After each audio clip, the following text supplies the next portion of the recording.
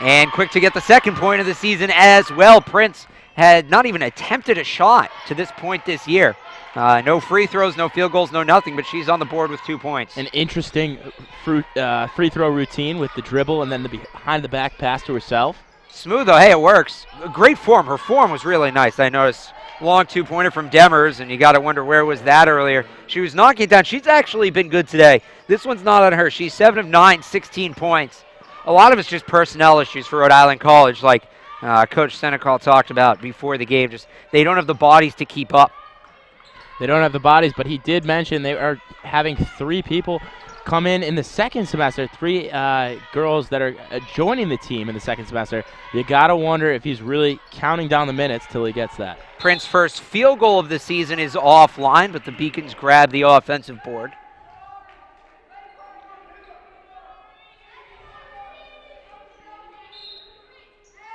Beacons have shot 37% from deep, 65% from 3, and that's really how they've gotten this because, again, both teams' field goal percentages have not been good.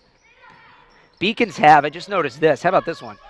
Beacons have almost 20 more field goal attempts than Rhode Island College does. And again, that comes off the turnover number, 26 turnovers in this game for the anchor women. McDonald with 3 minutes to go in the quarter. 26 turnovers and 31 points off the turnovers. You take that 31 points away, and you're looking at a pretty even game. I mean, we don't mean to sound like a broken record, but that has been the story. That is really the only difference in this game is the ball control as McDonald steps the line for 2, trailing by 27.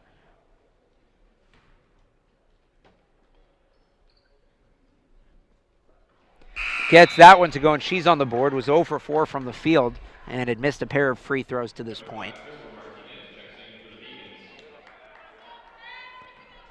Crystal Martinez checks in, so now she needs a basket for the Beacons. And I think if she scores, everybody active for the Beacons will have scored. Well, that's something to look forward to for the Beacons. Martinez also has yet to score this year. This is just her third time getting into a game. Has a couple of rebounds, and that's it to show. She has missed a shot. She did shoot.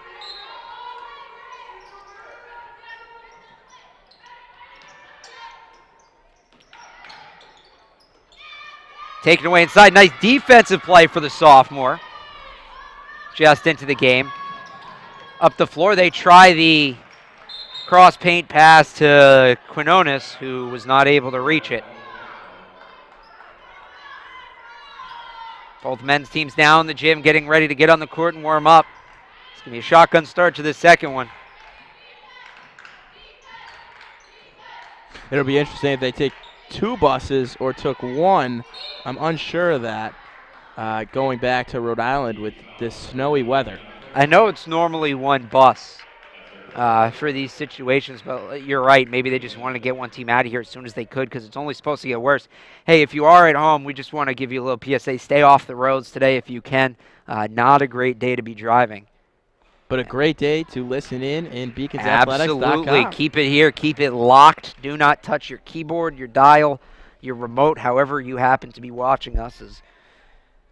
It's Jordan Gavin at the line. Second one's good.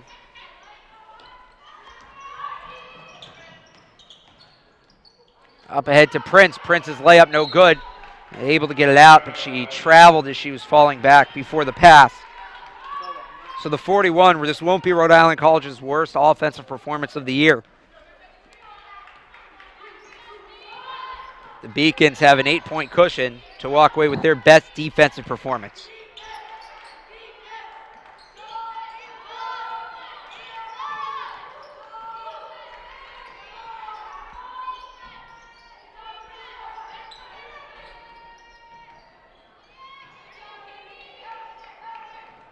Trying to get it away. They get it to Rivera after Matthews scooped up the offensive board. A foul was called. And a timeout on the floor. We'll be right back. We're going to step away. 65-41 your score here on the Beacon Broadcast Network. I did receive a non-athletic scholarship upon entering school. I got the presidential scholarship, which was huge for me. I think there's more opportunities for academic scholarships in Division III. I did receive academic scholarships.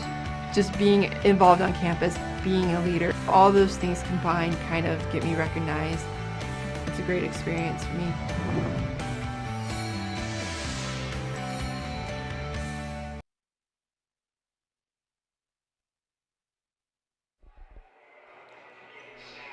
We're back here at the Clark Athletics Center. 2 minutes to go, just over 2 minutes.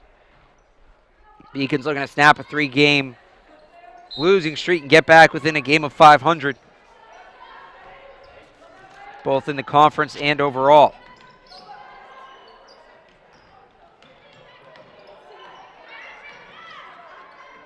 And a couple tests in conference. They play Eastern Connecticut State next. Oh, Plymouth State next.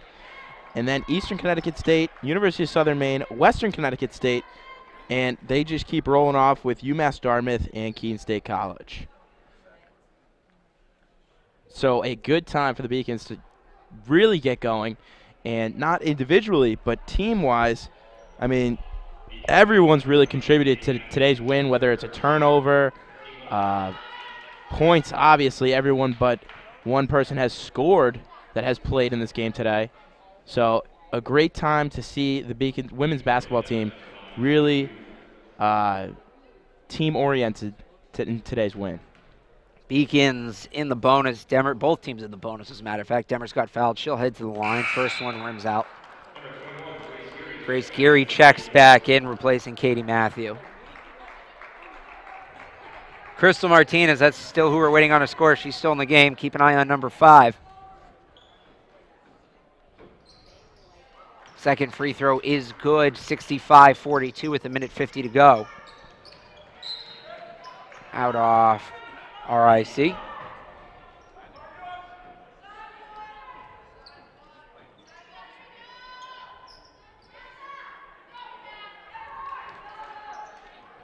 Rivera will inbound. Gets it into Geary, thrown up to the top to Prince. To Rivera.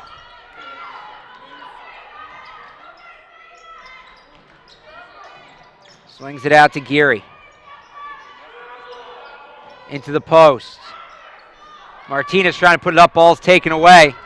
A 1-on-5 fast break, and Gavin smartly holds up.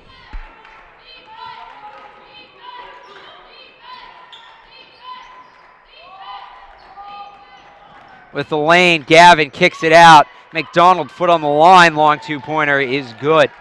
65-44. And looking at the Little East Conference standings, a lot of teams 1-1. I mean, there's Western Connecticut State, obviously the only team that's 2-0 in conference, but everyone else is 1-1. So with the win today, Beacons will climb ahead of that pack and really assert themselves with one of the top teams in the Little East Conference.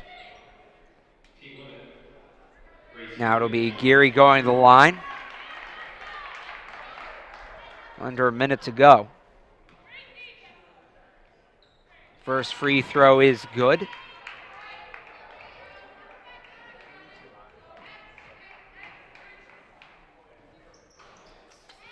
And the second one knocked down as well. Geary up to 12 points, ties it for a team high with Tajay Burston. Rivera puts the head down, goes to the basket, no good. Quinones comes out with it. Over to Martinez. And Martinez travels, trying to get that basket.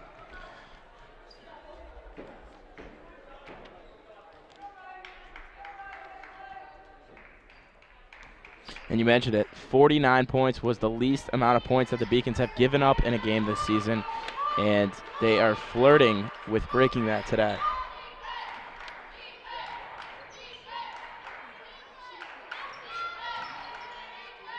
Underhanded layup, no good, but a foul.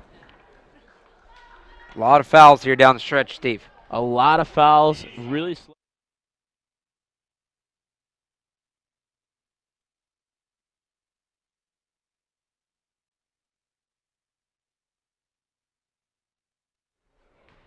2 shots coming for McDonald. And we wrap things up here. A couple thank yous we want to give out as McDonald gets that one to go. Seth Orensky, our producer, Alex Carasudo, and I'm sorry if I pronounce your names, guys. Gigi Braga. Yep. Pepper Baker on the instant replay. Steve beside me and everybody on camera. Chris Fowler, Kristen Embry, and Kaylee Beauregard. Great jobs all around. Second free throw was no good. Beacons coming back up the court. There's the shot. Oh, she traveled again. The bench was getting all excited. Martinez thought she had it. The basket was there. It was in her hands. She just walked too much. Second traveling as many possessions for Martinez. Should be the last possession of the game with 18 seconds to go. Rhode Island College will walk it up. Can we count that? I mean, it went in the basket. If it helps you sleep at night, all right? We'll give it to you. Gauvin's going to drive with 3 seconds on the clock, has it knocked away, saves it. McDonald's 2, no good, and that is your ball game. The Beacons put together, scoring-wise, their best defensive performance of the year. They survived some early offensive woes and get out with a 67-45 win. Steve, your final thoughts? Final thoughts. I thought it was a great game for UMass Boston women's basketball team. Very exciting to see everyone score except for Martinez, obviously, and Rhode Island College just really has to take care of the ball better. We're going to go to a quick break. We'll be back with Christina Baugh. Then me and Steve will be back to break it all up. Your final one more time, UMass Boston 67, Rhode Island College 45. UMass Boston was my first choice because when I came to the campus, I saw that there was a lot of diversity. There's a lot of people. Here there is a lot of international students, so it's really cool to meet people from different countries, different parts of the world. I'm Julia Murphy. I'm from Canton, Massachusetts. I'm Olivia Murphy. I'm from Canton, Massachusetts. We're sisters. We're sisters. I play volleyball and she plays basketball. Here they have a freshman success community. So each major has their own community that you can join as a freshman, and you take classes with them, you do study groups with them. So it was really helpful getting to know people in your major right away. So in health exercise sciences, we have an internship at the end, so it's so much better to have like an advisor helping you out, like telling you which classes to choose. Division III allows you to give yourself to other things. Having that free time allows me to pursue the things that I want to pursue. Division III athletics affords students the opportunity to, engage in the other interests in their campus and in their lives outside of that sport. It allows you to just be able to do everything you want to do. I wouldn't change it for the world.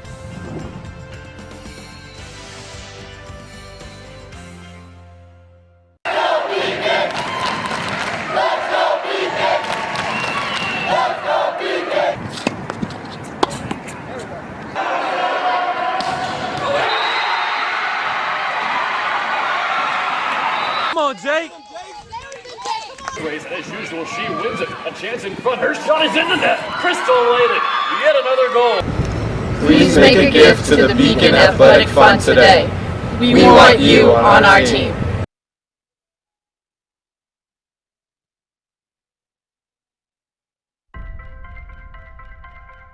I'm a Division III student athlete, and I know how powerful words can be.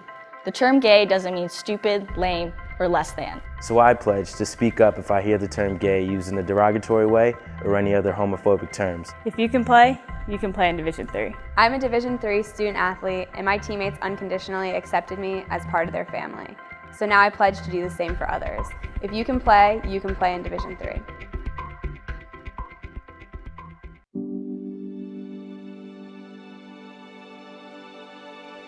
What separates UMass Boston from other schools is the fact that a large percentage of students commute. For me, it takes 2 hours each day to go to and from school, but every second has been worth it because the students that come here are serious about learning, they value their education, and understand where it'll take them in the future. This is what UMass Boston means to me. Something I discovered in myself is that if I have a goal, and I can accomplish it. It's a well-rounded experience. At a Division III school, you primarily a student athlete, so the school is really shaped around you developing yourself as a complete individual. It helps a lot that you have a family with your team that can guide you.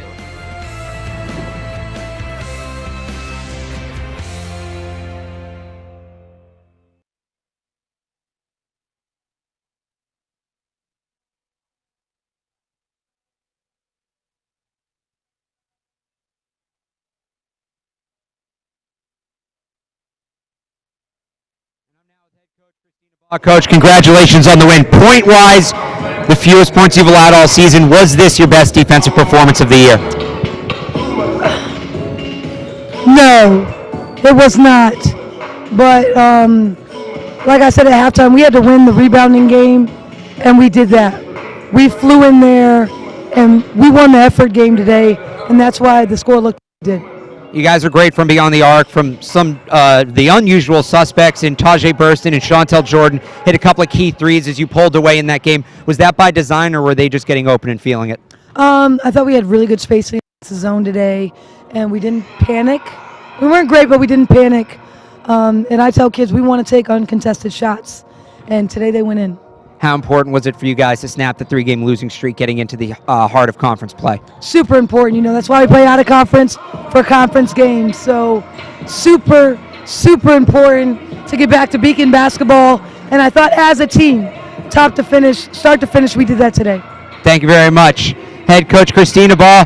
Me and Steve will be right back with the final stats, wrap it all up, and we'll get you ready for the men's game. Keep it here on the Beacon Broadcast Network. The 5-campus UMass system is the university that educates the workforce of Massachusetts. We recognize that we are truly here for a reason, and that recognition inspires us and drives us every single day. My name is Allie Greenberg.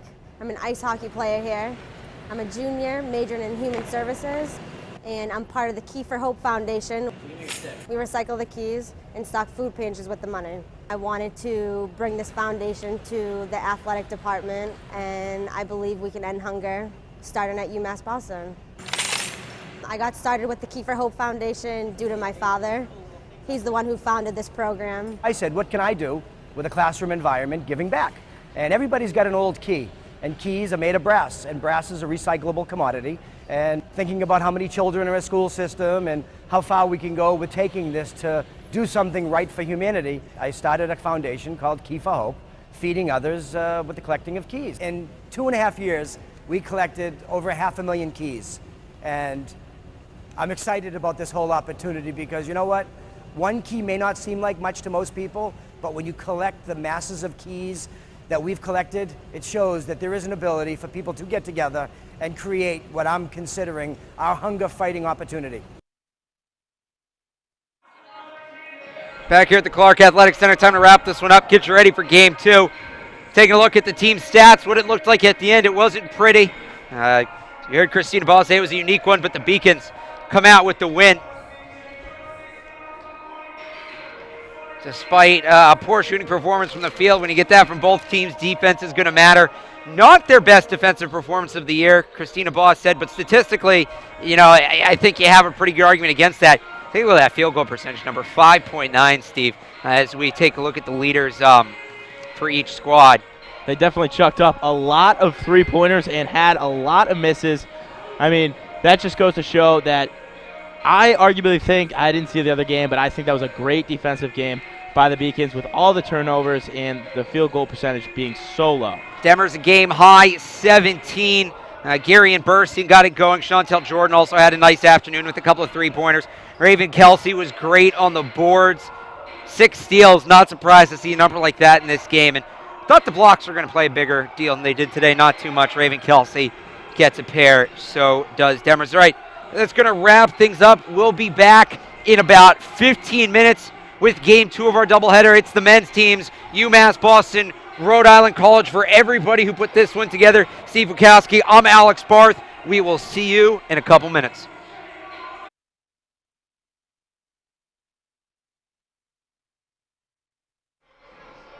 Welcome to the Clark Athletic Center. If you were with us for game 1, welcome back to the Clark Athletic Center.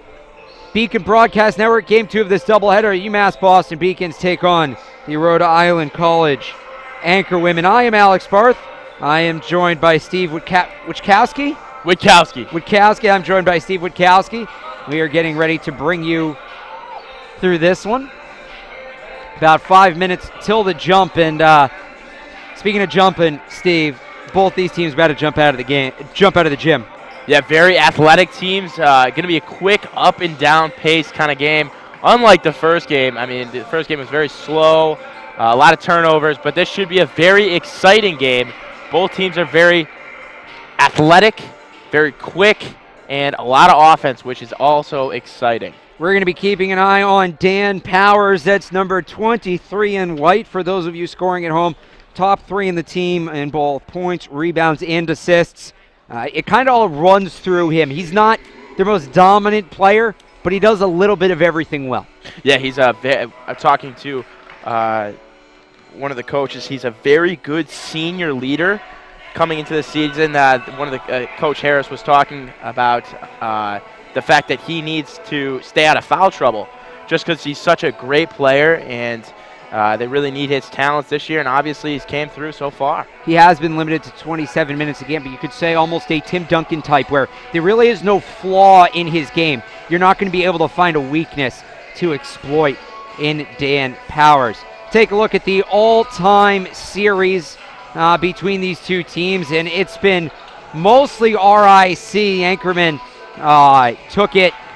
split them last year. Their last meeting was here at UMass Boston, and the Beacons just took that one 64-63. And the reason why we're talking so much about Dan Powers in that game, 17 points, 16 rebounds. He was an animal. And actually, this is Coach Harris's alum. He was a Rhode Island College basketball player when he was in college, so obviously him getting his first conference win last year, 64-63, was very exciting. It was a very exciting finish.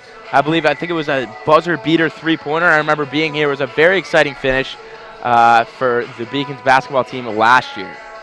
Take a look at how these teams match up statistically, and it's kind of that old adage of the unstoppable force meets the immovable object. UMass Boston, one of the better offensive teams in the conference, and they will face a stout Anchorman defense in this one. 78.9 points per game. That is the best in the Little East. This team gets buckets. What does Uncle Drew say? This game is all about buckets, and the Beacons know it. And actually, just watching the Rhode Island College players warm up, a lot of attempted slam dunks today, so I'm anticipating a very exciting game, and the Beacons do like to run it in transition a lot, so that's also very exciting. You see this a lot in D3. This team is full of athletes. These are guys who are going to jump out of the gym. They got length. They got speed. They're going to try to beat you by just out-manning you. Yeah, I mean, just watching them warm up, I could already see it's going to be very exciting. Talking to a couple Beacons basketball players so far, they said they're very athletic, but sometimes they're a little individualistic. So we'll see if that pans out and hurts them in today's game. Taking a look at the individual stats, a guy I'm looking at for Rhode Island College, Dominique Bull. We talked about how Dan Powers is Mr. Do Everything Well. Dominique Bull is Rhode Island College's Dan Powers. Second on the team in points, second in rebounds, second in assists. So he doesn't lead in any category, but he's got a very well-rounded game. He can do a lot. Head coaches in this one, Michael Burns, a 32-35 career mark in his third season, a graduate of the UMass system, UMass Amherst class of 1990. Talked about Jason Harris in his second year, a 14-23 record, but it's getting better this year with the 8-4 Beacons. He'll be playing his alma mater tonight. He graduated Rhode Island College in class of 2006. And looking into this year, I mean, a lot of people were saying it's going to be a rebuilding year.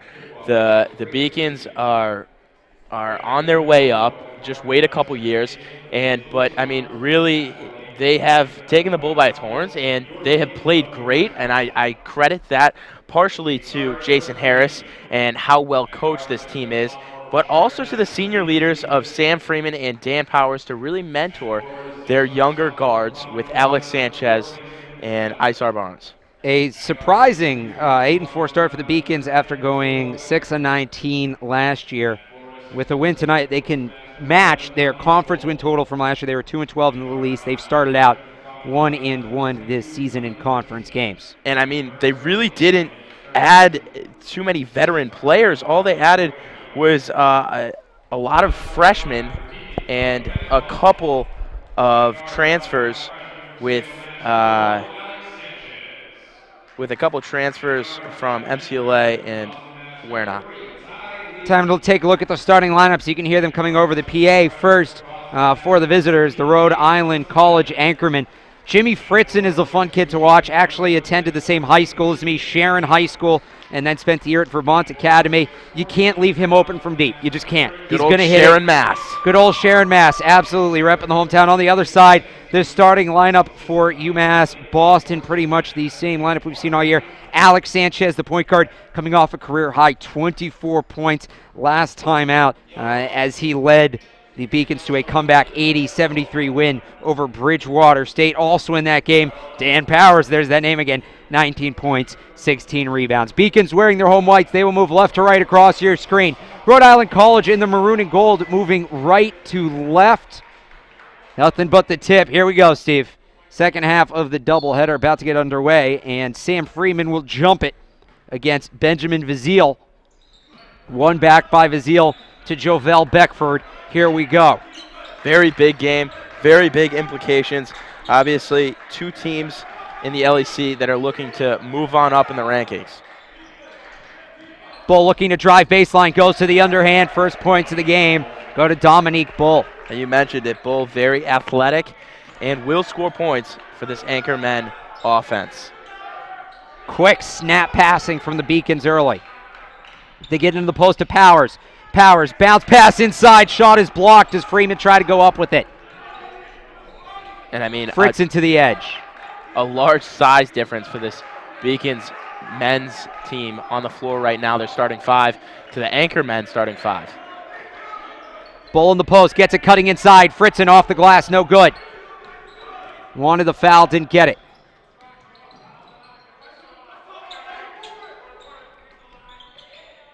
Jumper from Powers from the elbow, short. Rebound RIC, throws it up ahead. Vizile with the contact and the bucket. And something that's going to be big for this Beacons men's team. They don't have a lot of tall men on the bench. So Sam Freeman and Dan Powers getting into foul trouble will not benefit them the least bit. Vizile, one of 3 forwards listed forwards for Rhode Island College. It's him, Bull, and Justin Campbell. They have some other size off the bench players listed at the guard position.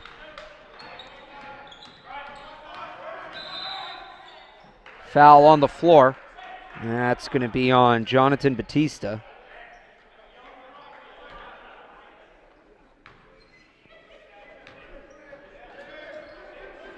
Inbounded to Lee. Lee, when he plays, averages more minutes than anybody else on the team. He's played in 8 of 12 games this year for the Beacons. Jumper short from Sam Freeman. And looking at Dason Sinelli, it's a surprising start for me. This is the first time I've covered Beacons basketball since the break, and he wasn't even he was one of the end of the bench guys for the Beacons. Sinelli calling for it. He's up ahead all alone, lays it up and in, just beats the defense. Rocking the Marcus Smart peanut butter dip haircut. Batista gets it to Fritzen, guarded by Lee. Now into the post they go. Vizile leans in, fades away, takes the jumper, comes up short. Rebound. Powers took it away from Lee. I mean, Sinelli averaging 10 minutes a game. Sanchez inside, one dribbling up, no good. Front rim, Freeman. Quick pace early. Beckford gives it to Friston, uses the head fake, gonna drive, he was bumped. Ball will come in underneath. 5-2 the score, 3 minutes into the first half. 3-man substitution here for the Beacons. Iser Barnes checks in along with Neil Caesar. And trying to see the number on the third player down there. That is number 11, Kareem Kirksey, a transfer from MCLA. Powers guarding Bull, gets the better of him. Shot is no good. Barnes comes down with the rebound. Barnes having a great year for the Beacons. He is a returner from last year's team and really stepping up as a returner. And one of the games before the break, I'm pretty sure he had almost a little above 20 points. Sanchez looking to drive, kicks to the corner. Caesar, three, it's good! Neil Caesar, the first three-pointer of the game for the Beacons. And we are knotted at 5. Fritzen coming in head of steam, he was fouled.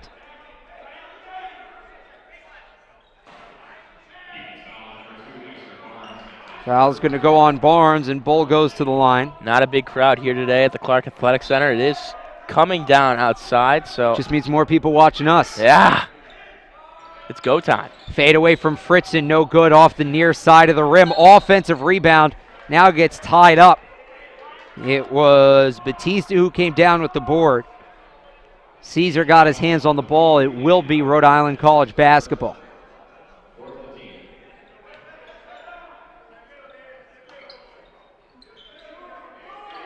Alex Sanchez coming off a career-high 24-point game. Fritzen throws it to the post. Barnes almost knocked it away. And a travel called.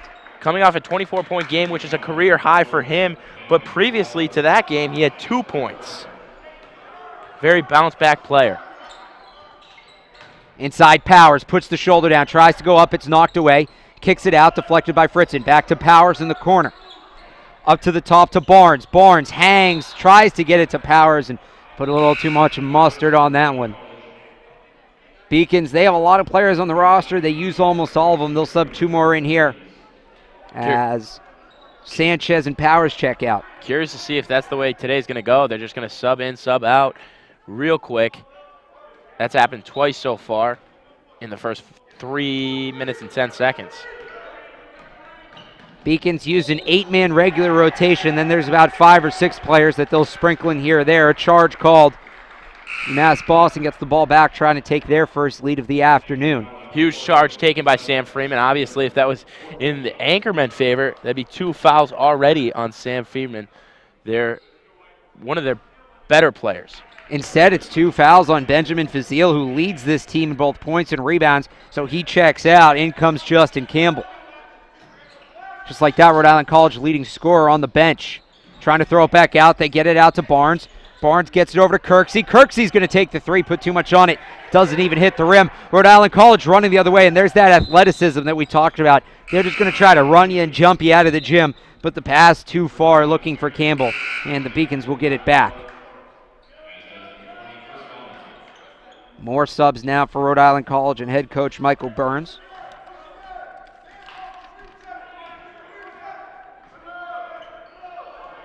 Lee up to the coach's line in front of the Rhode Island bench.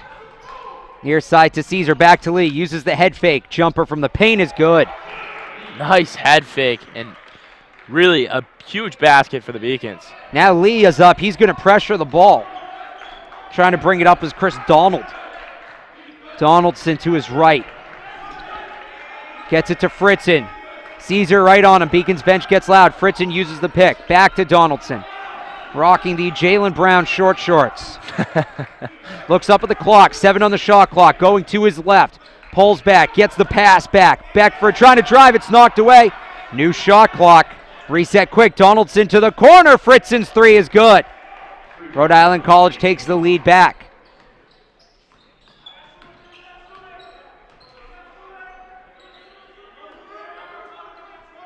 Lee at the top of the key, calls for a pick.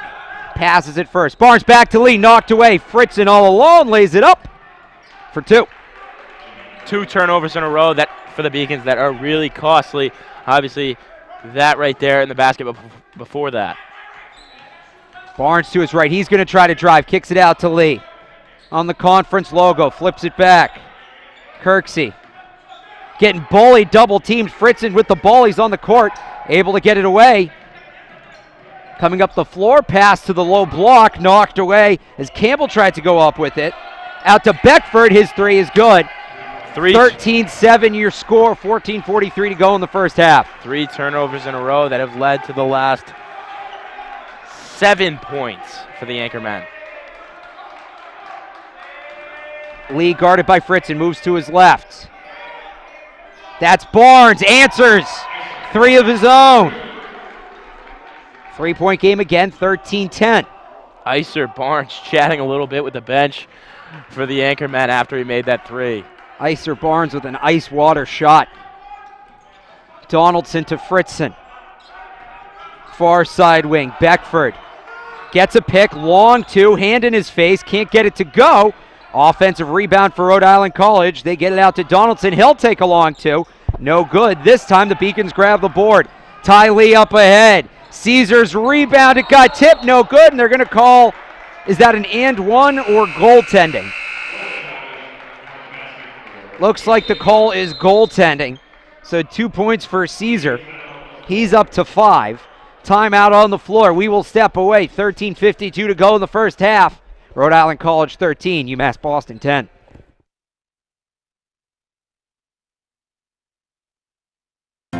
UMass Boston is my first choice because of the incredible theater department. Because it has an excellent honors college. Because here I get to interact with professors one-on-one. Because I'm not going to be crazy in debt when I graduate. Because at UMass Boston, I've met professors who have changed my life. My first choice. My first choice. My first choice. My first choice. Make the University of Massachusetts Boston your first choice.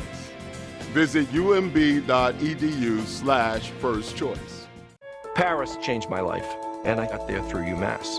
Those very specific seminal moments in Paris. The subway. A man in a tuxedo walked in, and a woman in a long gown. And it was stunning. It all hit me. It was like a lightning bolt. There was this world of beauty and style that I wanted to be a part of. That was the beginning of the journey. And that all came through the University of Massachusetts. And that was really a key moment for me. That's one of those moments you never forget. Getting ready to go, 13:52 remaining in the first half of a 1-point game. Rhode Island College ahead 13-12. And it's the anchorman with the ball. Donaldson. Near side to Malcolm Smith. Smith trying to drive. Over the shoulder pass. Fritzen in the corner, fading away, no good. And coming up with the rebound is Ty Lee. Lee running the floor. Kicks it out to the edge. Back to Lee. Long two from the corner. Dan Powers coming in, almost got the rebound. He does, back in the game. Off the miss from Alex Sanchez. Cesar to Lee in the post. Powers, one dribble, kicks it out. Great ball movement by this Beacons basketball team right now. Freeman in the post, turnaround hook shot, no. Chris Farrington with the rebound. 13 minutes to go in the first half, 1-point game. Donaldson calls the play. Fritzen crosses with Smith. The pass is taken away. 2-on-1, going to take it himself, lays it up. Too much. Sanchez there for the rebound. He'll dribble out, no fast break, but an extra possession for the Beacons. Freeman trying to figure out what to do, gets it over to Cesar. Three from Powers, good with the contact, no call. Got a little bump, they're letting him play today, but Dan Powers is on the board. Dan Powers, the player to watch for a good reason. I mean, a great senior and a huge game for the senior today. Sanchez almost takes that one away. A foul is called. Looked like he might have had it. Subs getting ready for both teams. 4 fouls for each team. It's been physical early. They've let them play, like I said, but like we expected, a very physical, athletic game to this point. A couple very small guards for these two teams. I mean, Alex Sanchez listed as 5'5", which looks to be reasonable, and then Chris Donaldson says he's 5'8", which is hard to believe because he lines up perfectly with Alex Sanchez. Fritzen guarded by Lee, now into the post. Trying to get around, up over the hoop goes Justin Campbell. Strong defense from Sam Freeman. Layup on the other end. Kareem Kirksey. That's his first basket. And this is where the Beacons thrive. They thrive with transition points, and you can see them running the floor pretty good in the first half of this game. Bull crosses over into the paint. Fadeaway pass almost taken away by Freeman. Contact layup, no good. It's Campbell trying to create again. He just can't get through Sam Freeman right now. Sanchez in the corner. Powers going to take another three. The quick release, he got it. Beacons up 7. Dan Powers can go on a run if he's hot.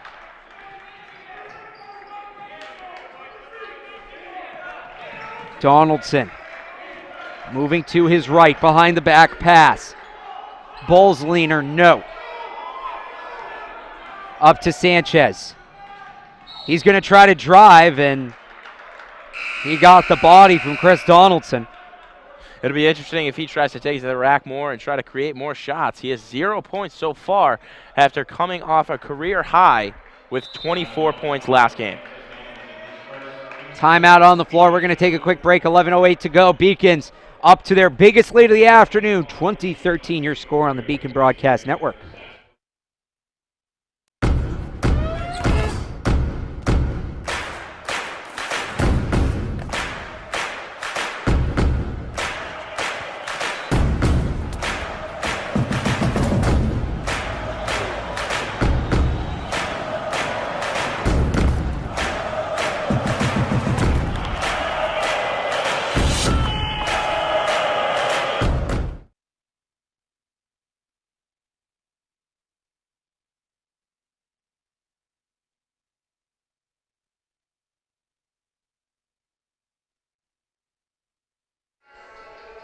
Welcome back. Game 2 of our doubleheader. UMass Boston women's team took the first one decisively, and UMass Boston men's team is still loaded, but they are at their largest lead of the afternoon. A 7-point advantage here, up 20-13. Alex Barth, Steve Witkowski bringing you this one from high up in the rafters at Clark Athletic Center.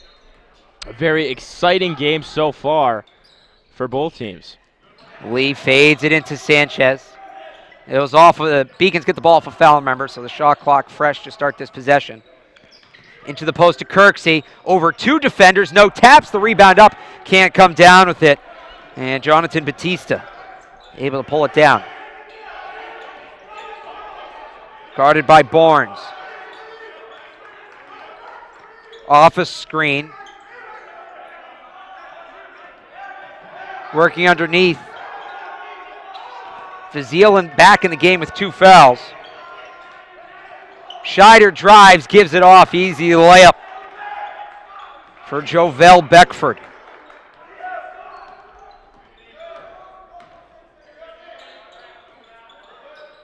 Lee to Powers. Powers to Kirksey. Again draws the double team. Loses the ball. Gets it back. Try to get a little too creative with the pass, and he turns it over. 20-15 the score here. Halfway through half number 1. Interesting to see Ty Lee really taking up the ball for the Beacons. The first half of the year, it was really Alex Sanchez and him taking up the ball. It's interesting to see Ty Lee really working in and taking up the ball now. Perhaps trying to give Sanchez room to create off the ball after that big scoring performance. So far, 0 points today for Sanchez. Bull in the post misses, going up high to get the rebound is Fazile, and he capitalizes on the second chance opportunity. Leads the Anchorman with 13 points per game. He's up to 5 here this afternoon in the first half. Fired across the court to Lee. Lee down to Powers in the post, tried the backdoor cut. Thought he had Barnes, but it's picked off. Beacons maybe want to get a little more fundamental with the passes here. A couple turnovers early. A very good defense for Rhode Island College too, and obviously they've made them pay with so far having 4 turnovers and having 10 points off those turnovers. Inbounded to Lee. Guarded by Batista. Near side to Sanchez. Fires across to Lee. Barnes driving, has some space, gets it to go with the finger roll. And that's what Icer Barnes can do. He can create his own shot and really take it to the rack or just pull up from 3 and nail it. Bull leaves it for Scheider. Driving is Batista. Had it knocked away, gets it back.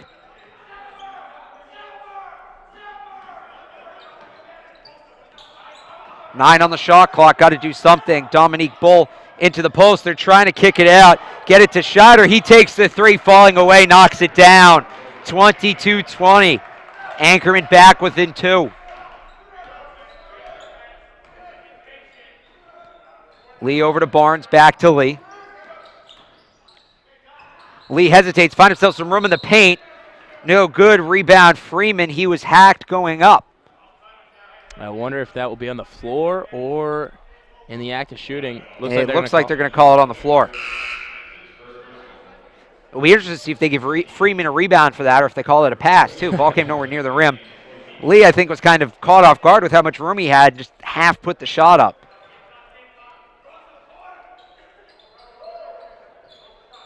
Out to Powers. You can see Ty Lee's more of a passing guard, not much of a shooter. Trying to get underneath to Freeman, makes the save. Cutting in is Barnes. His layup off the front rim, no good. Lee taps the rebound forward to Barnes, pulls it out from between his legs, goes up, hangs for the rebound, no good off the rim. And the ball's going the other way, but a great showing of athleticism for the junior from Boston. And we have a timeout on the floor. Beacons 22, Anchorman 20, still close here. 7:51 to go in the first half. UMass is very public service focused, and it piqued my interest, and I started doing more research on it. I'm very focused on what can I do to make the world around me a better place. My name is Lydia Grasso. I'm a junior at UMass Boston studying sociology and minoring in human rights. Because I won the Chancellor's Scholarship at UMass, it allowed me to go to Cambodia. I was working at the Sihanouk Hospital Center of Hope. I was in the place of something horrible that had happened. I could either go home and kind of forget about that experience and kind of block it out, or I could do something so that things like that never happened again. UMass provides me with opportunities that I wouldn't get anywhere else and gives me a global perspective in a public setting. I definitely transformed at UMass.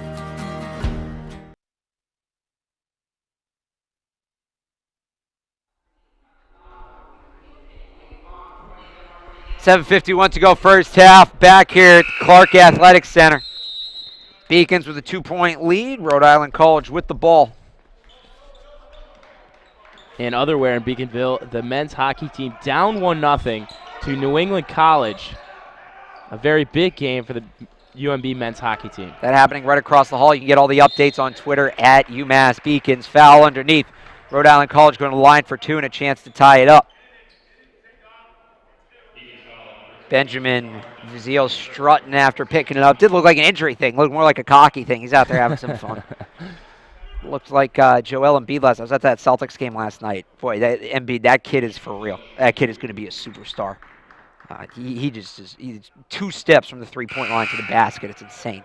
The process. That's right. Oh, there was a trust the process chant last night. Some Sixers fans came up and you could hear it. It was interesting. Yeah, I think they're coming back in a couple weeks, looking to go. Very exciting game. Celtics are very exciting too with Isaiah Thomas. Oh yeah. Got to see Avery Bradley go off last night. Dave Cincinnati checks in for the Beacons. 1 of 2 at the line for Brazil. Beacons maintain the advantage. They're up 1. Dave Cincinnati, while starting, hasn't played much after the first couple minutes. Swings it out here. Cesar underneath. Tried to get it to Freeman. Have to wonder if he should have just gone up with that one. UMB's offense is struggling as of late with a lot of turnovers. Beckford opportunities. Beckford fouls as he's cutting to the basket.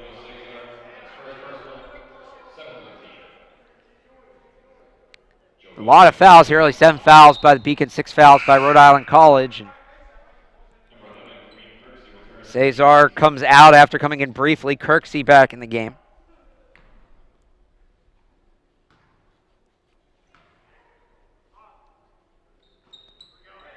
The first of the 1-and-1 good from Beckford. He is an 85% free throw shooter. Second one, no good. Rebound, it's fought over by a couple players. Sinelli comes up with it.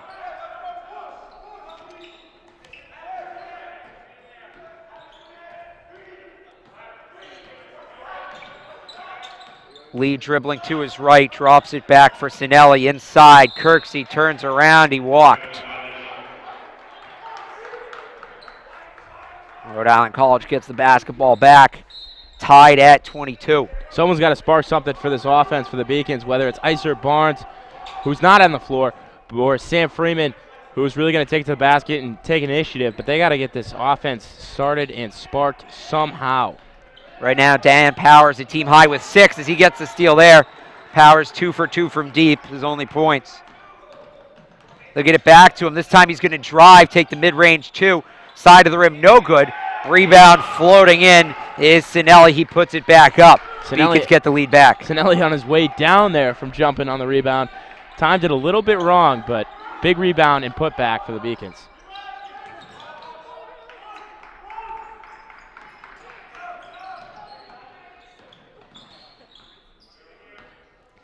Ty Lee on the wing.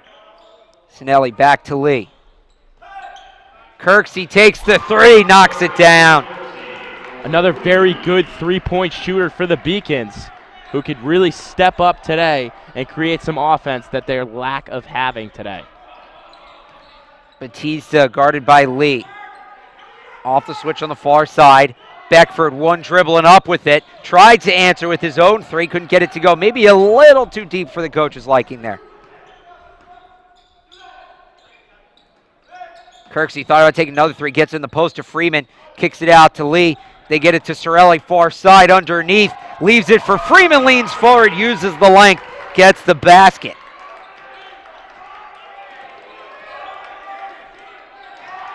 Talking to Freeman on Beacons 360, a show that we have here at Beacons Athletics, talked about how he really worked individually with Coach Harris this summer, and he credits that to having so much success this year. And you can find that on beaconsathletics.com. You the host? I am me and Seth Arinsky. There you go. Good for you. Pull up two. Grabbed by Powers. Well, with all the assistant coaches they have. Underneath, Kirksey hangs and hits. Another transitional basket for the Beacons, but all the assistant coaches they have, it frees up a lot of time for Coach Harris and other coaches to work individually with players. A lot of coaches, too, in their first year with this program. Adam Blake, Quadri Allen. Allen, an alumni of the program. That one's tapped in by Vazile. Adam Blake coming from Lynchburg College. And it's great to see the first-year coaches getting right in with the program. Freeman in the post, turns around, fadeaway, no good. Powers rebound, tried to go back up with it, it was blocked. Great move by Sam Freeman, just has to... Up ahead, oh, look at the athleticism from Sinelli to break up the easy fast break.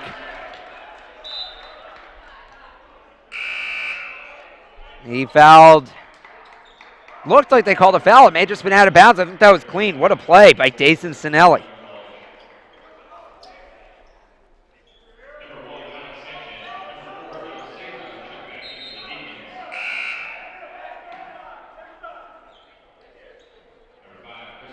Beacon sub Vazile will come out of the game again, dealing with two fouls right now. Batista gets it into Fritzen. Drops it back for Farrington. Sanchez with great defense at the top of the key. Beckford trying to drive, and Kirksey got him with the hand. First foul of the game on Kareem Kirksey.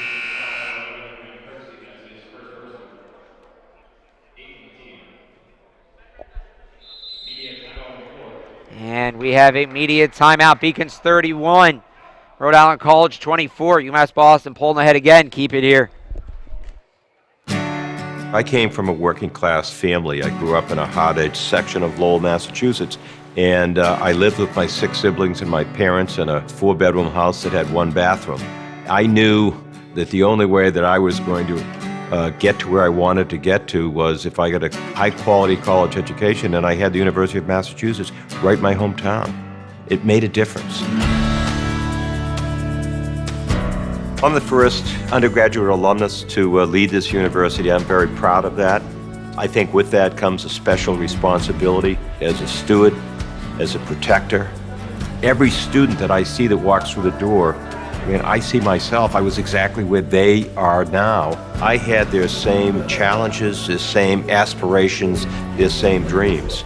And it makes me want to fight for them. It makes me want to make sure that they get every opportunity that I got. I was literally able to transform my life because of the University of Massachusetts, and I want that for every single student that walks through the door.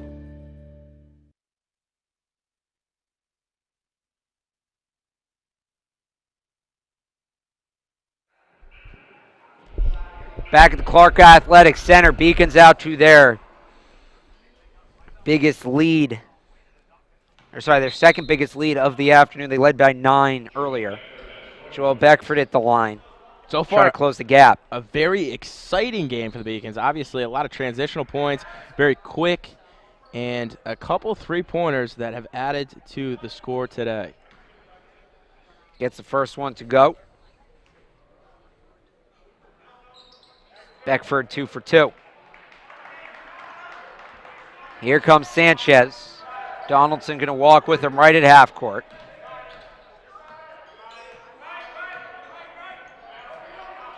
Gets a screen from Kirksey, switched on to Fritzen. Kicks it out, Sinelli. Inside, Kirksey tips it back up. Rebound, Beckford. Trying to come in. That's going to be out of bounds off Sinelli, who hit the court hard. He's back up.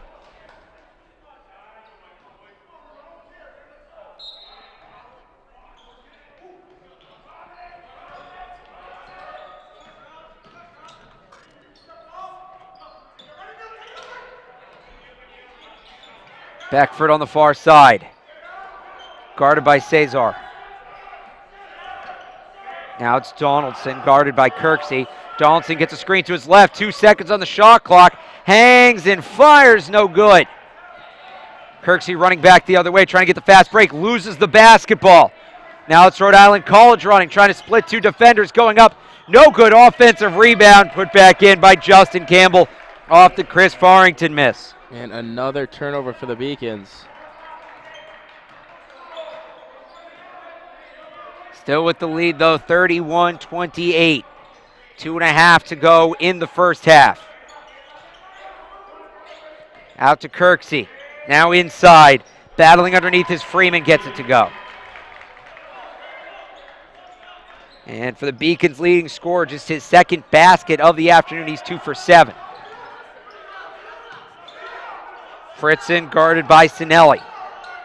Gets a screen to his right, goes to the lane, underhanded layup, no good.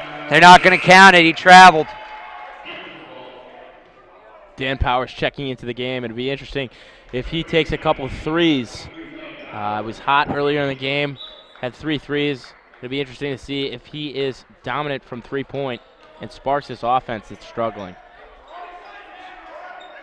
He's hanging out on the perimeter. Lee drives, kicks it back. The three's going to come from Sanchez. He got it. I mean, he's got to have a lot of confidence coming off a career-high 24-point game. I mean, a couple games ago, he might not have pulled the trigger on that shot. Sanchez first basket, his second try. He has 3 points. Donaldson with it. Beacons up 8. Left-handed dish off the foot of Sam Freeman.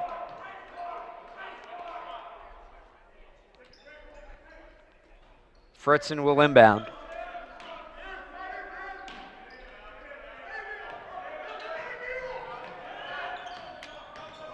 Head fake gets it down into the post. Here's Campbell. Campbell gets it for 2. He's got 4. Lee out to Sanchez. Back to Lee.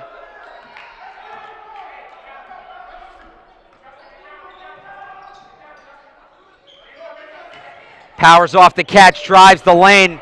Again, the Beacons getting fancy with those passes in the paint. Again, it causes a turnover. And picking up a foul is Neil Cesar. Which is going to put him to the line. And just these cheap fouls are really going to cost the Beacons in the long run.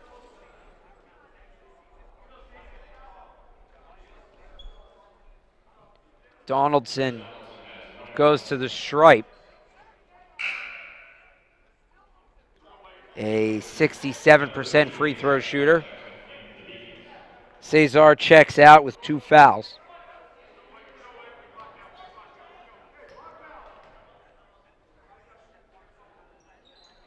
The first one from Donaldson is good.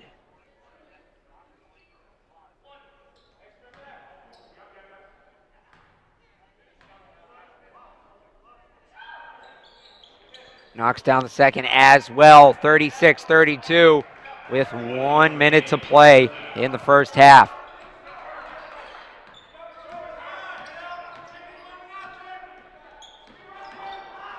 Sanchez drives, has it knocked away. He was fouled.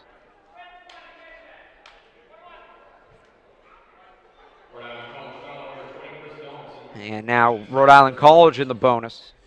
Sanchez will go to the stripe. 73% free throw shooter. The Beacons are the best free throw shooting team in the Little East Conference at 75%. Again, like I mentioned earlier, a very well-coached team with Coach Harris. Not very surprising at all that they're the best free throw shooting team in the conference.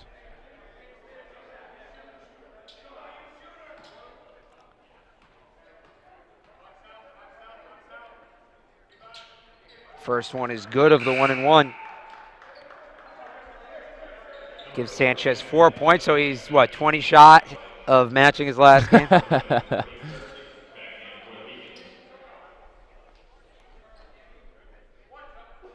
50 seconds on the clock. We'll see if Rhode Island College goes quick. Tries to set up some sort of 2-for-1. Second one, no good. Rebound, Vizil. Donaldson underneath his own basket. Sanchez right on him.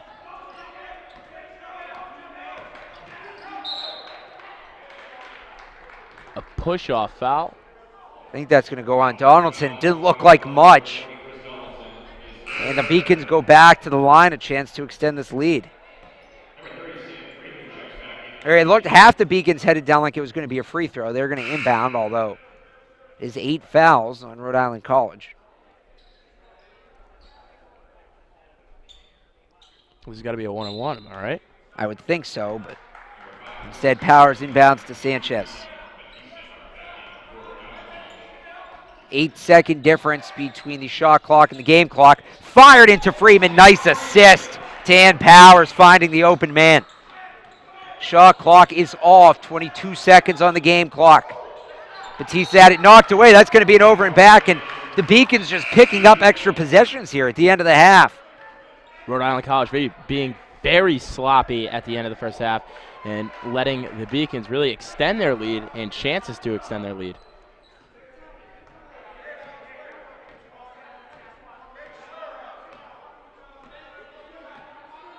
Dan Powers, definitely a player to watch in this game. 8 seconds to go. 6 seconds. Beacons waiting for the last shot. They get it to Powers. He was hit, gets it away. Sanchez's three at the buzzer, no good.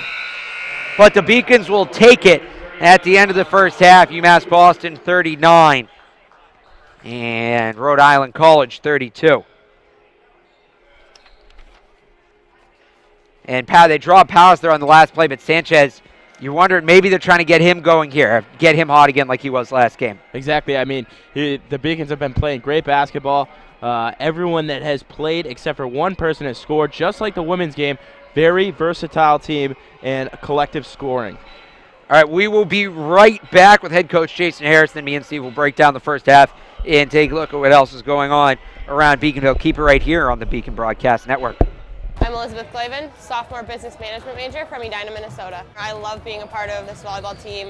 Volleyball is what brought me to UMass Boston. I looked at our recruiting website one last time and saw UMass Boston on it, came out for a visit the next week, and it kind of hit all the boxes that I was looking for. In a good city, good academic school, good volleyball program. It had everything I wanted. Although it was far away from home, I knew this is where I wanted to be. Winning 6 back-to-back LEC titles is really a dynasty, I think, and Terry has really focused hard on recruiting and building this dynasty and continuing to build a program that can continue to win championships, and it's really lucky to be a part of something this great.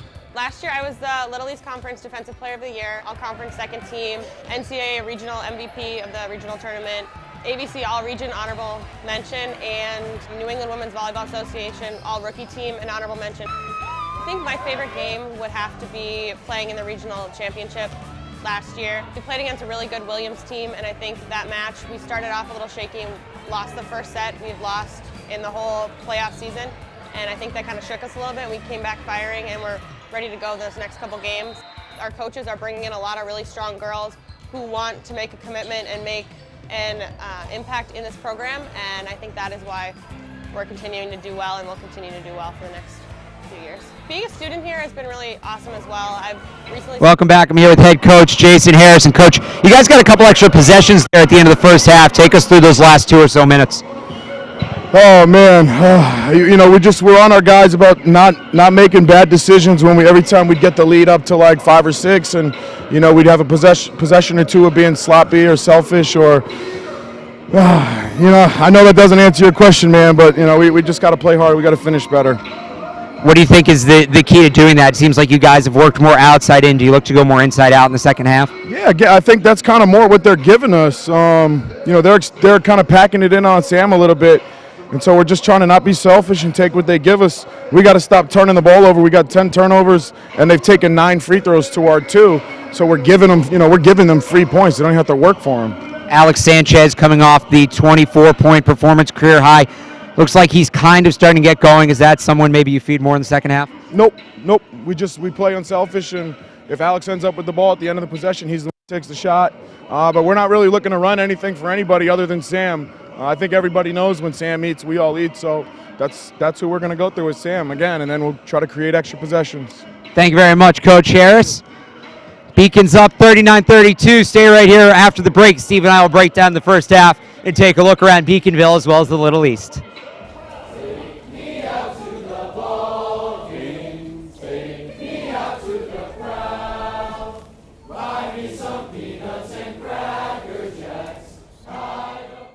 The UMass Boston Beacons baseball team, who went 23-15 this year, and have consistently been a leader in their conference without having a home field to play on.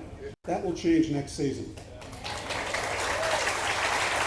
I am so happy and excited to join Boston College High School and your wonderful president to celebrate this symbol of our institution's friendship as well as our shared commitment to this special neighborhood. Not only are we thrilled to be building a new ballpark with our neighboring teams and for all of our neighboring teams, but we could not be happier to provide more space. It's not just for us, Father Monin. It's for the youth of Dorchester and South Boston to be able to play as well. So your field will be used by quite a few of us for so many wonderful things.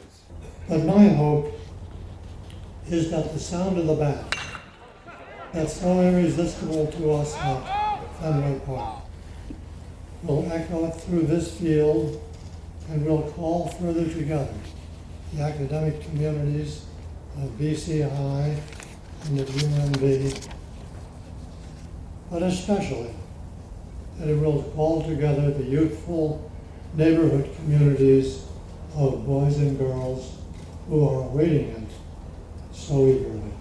I can't wait to put those shovels in the ground. Thank you. The University of Massachusetts Boston. It's just minutes from downtown, and the Princeton Review calls it one of the best values in the country. A nationally recognized institution of academic excellence and research, UMass Boston offers more than 150 undergraduate and graduate programs, 16 Division III sports, and more than 100 student organizations. To learn more about the opportunities waiting for you at UMass Boston, visit in person or online. UMass Boston, a research university with a teaching soul.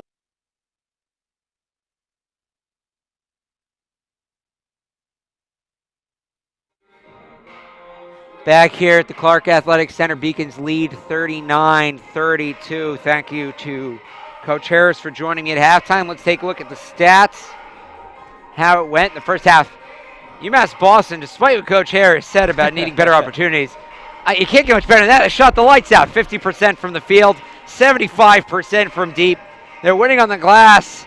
You know, you'd think Coach Harris was the guy down 7, not up 7. Well, he's a very critical coach, and he was just upset about the fact that they had 9 attempted free throws, and the fact that they have 14 points off of 10 turnovers, which is completely understandable because that's the only real thing keeping Rhode Island College in this game right now. Yep, 9 free throws to 2, and like you mentioned, the points off turnovers. Taking a look at the leaders in this one, who's getting it done for both squads. A team-high 7 points for Kareem Kirksey on the other side.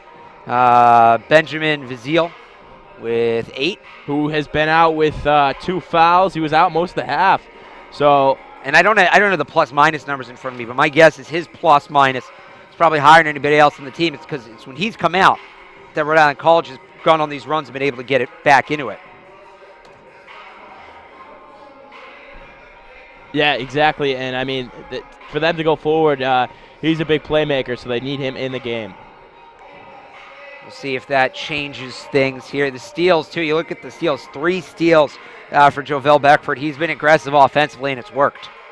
Yeah, I mean, the team has really they've really gotten scores off of transition points and stuff like that. So it should be interesting to see where they go in the second half. Well, looks like we might be in for a close one. Last year when these two teams played, it was close. It was down to the wire. Let's take you back and relive that last year's contest.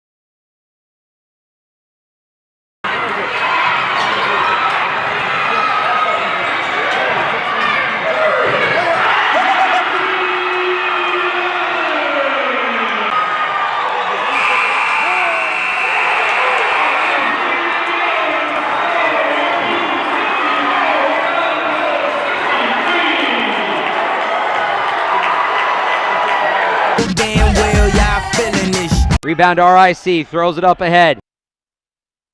Contact in the bucket. Sinelli calling for it. He's up ahead all alone, lays it up and in just. Sanchez looking to drive, kicks to the corner. Caesar, 3, it's good. New shot clock. Reset quick, Donaldson to the corner. Fritzen's 3 is good. Clock knocked away as Campbell tried to go up with it. Out to Beckford, his 3 is good. To his left. That's Barnes, answers. Cesar. 3 from Powers, good with the call. Sanchez in the corner. Powers going to take another 3. The quick release, he got it. Lee drives, kicks it back. The 3 is going to come from Sanchez. He got clock in the game clock. Fired into Freeman. Nice assist.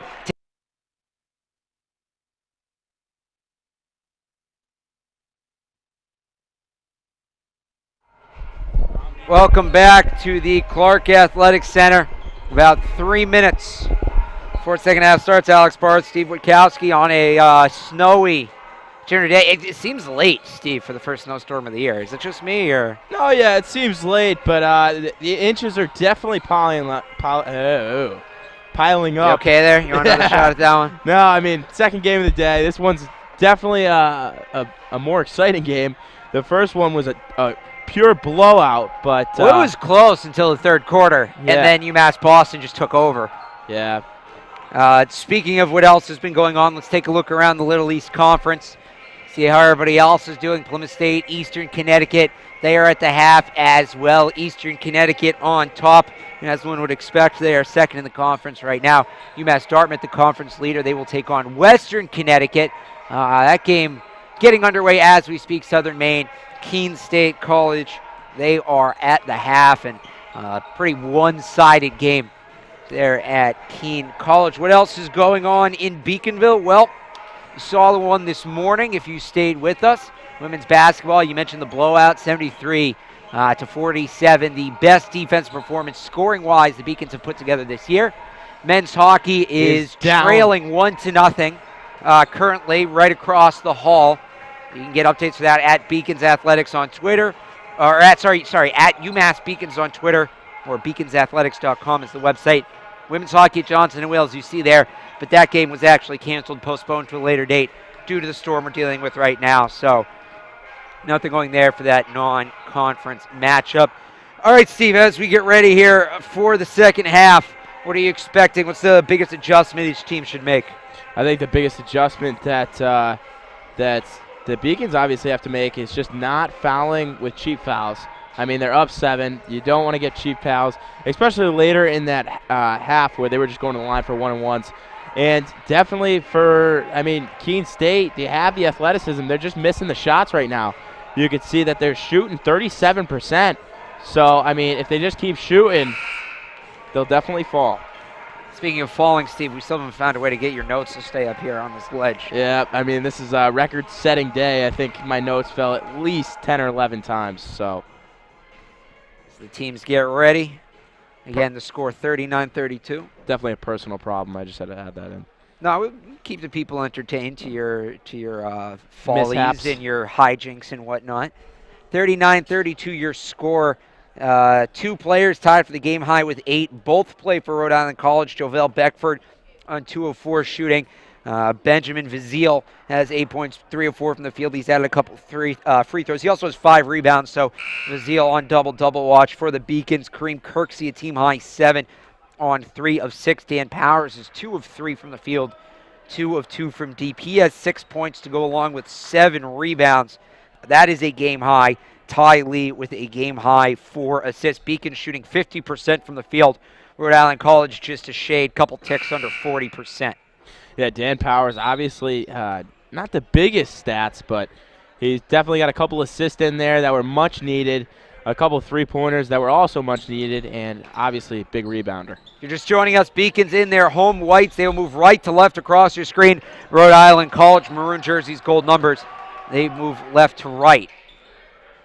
Corner 3 on the way. Sanchez knocks it down. Sanchez coming out hot. You obviously asked Coach Harris if they were going to feed him more, and he gave you the blunt answer of no. Very emphatic no from Coach Harris.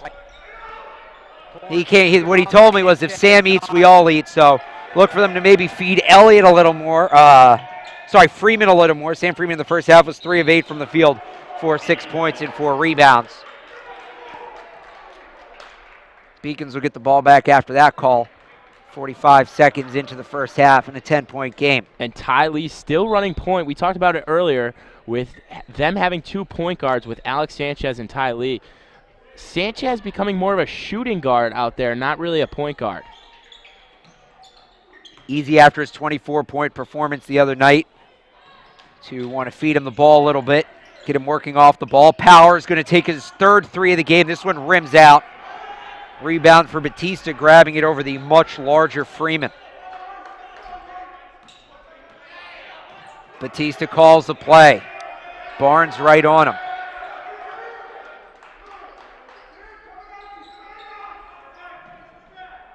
Over on the far side now, Beckford into the post. Vizile uses the jab step, fakes going up underneath, tries the spin move, Looking from underneath, can't get by Freeman. 3 from the corner from Fritz, and he knocks it down over little defense. Yeah, big 3 for the Anchormen to get them back in this game. Down 10, they need a bucket to kind of start something up for the team. Both teams shooting over 50% from 3. Beacon 7 of 10, Anchorman 4 of 7. Lee the hop step, rolls it in.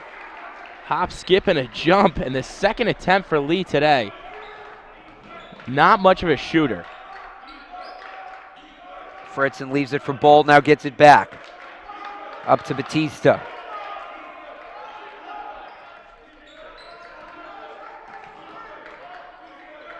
In the corner. Beckford trying to get some space, kicks it out far side. Vazil the 3 from in front of his own bench. Airballs it, powers up the other way, gets it to Sanchez.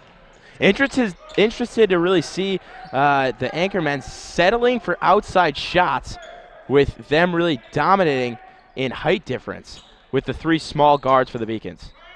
Barnes takes his own 3, no good. Vazil on the year. You mentioned that maybe not being a well-advised shot. Shooting 8.3% from deep. Beckford's going to take one, no good. He's a 40% three-point shooter, though, so maybe that one a little more realistic as Fritzen and Powers get tied up. A little more realistic, but they're not driving to the hoop. They're just settling for 3s and not even passing it around. A little bit complacent here early for the Anchormen. 9-point Beacon lead, 44-35.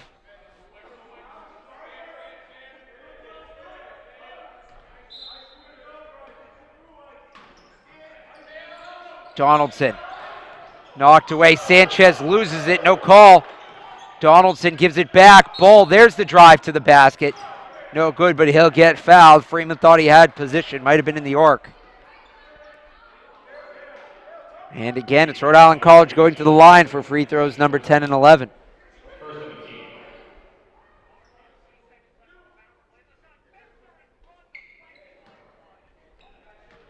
Bull, a 70% free throw shooter.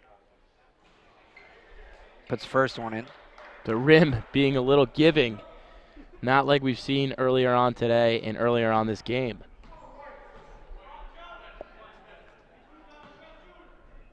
And an update from Beacons Athletics. UMass Boston men's hockey team down 2-0 with 18 seconds left in the second period. Inside, Freeman. Turn around, back rim, no good.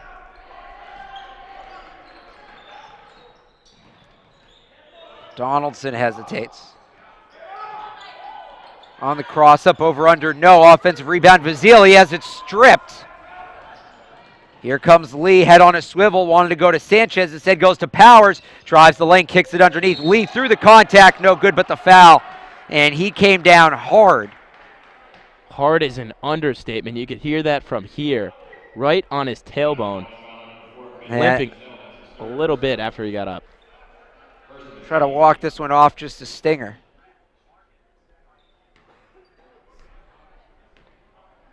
That'll be 2 free throws for Ty Lee, an 86% free throw shooter.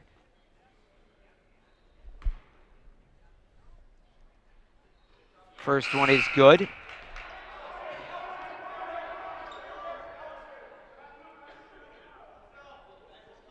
Vazil checks out of the game again. Another thing that Coach Harris kind of talked about, he touched upon on the Beacon 360 episode, was the fact that they have 2 point guards now, and that is really solidifying Sam's position just because of the fact that they can get him the ball a lot easier as a big man.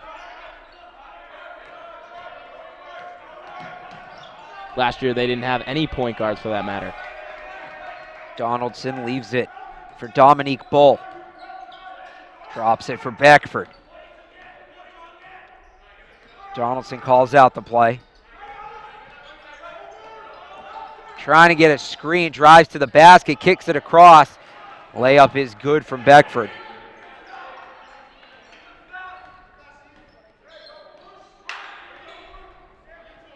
This is Lee, 15:50 remaining here in the second half. Sinelli gets his warm-ups off, getting ready to come in. Powers thought about the three, instead drives, little floater front rim, rolled around but went out. Dan Powers struggling. He's missed his last 3 shots. He's now 2 of 5. Donaldson lobs it over to Fritzen. To Donaldson.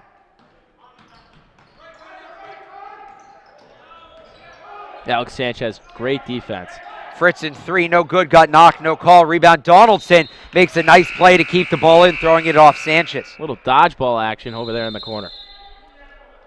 Timeout on the floor, 15-12 to go in the half. Beacon's up 8, trying to extend the lead. Keep it right here on the Beacon Broadcast Network.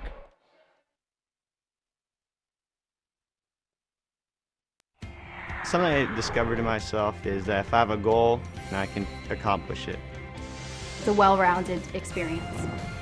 At a Division III school, you primarily a student athlete, so the school is really shaped around you developing yourself as a complete individual. It helps a lot that you have a family with your team that can guide you.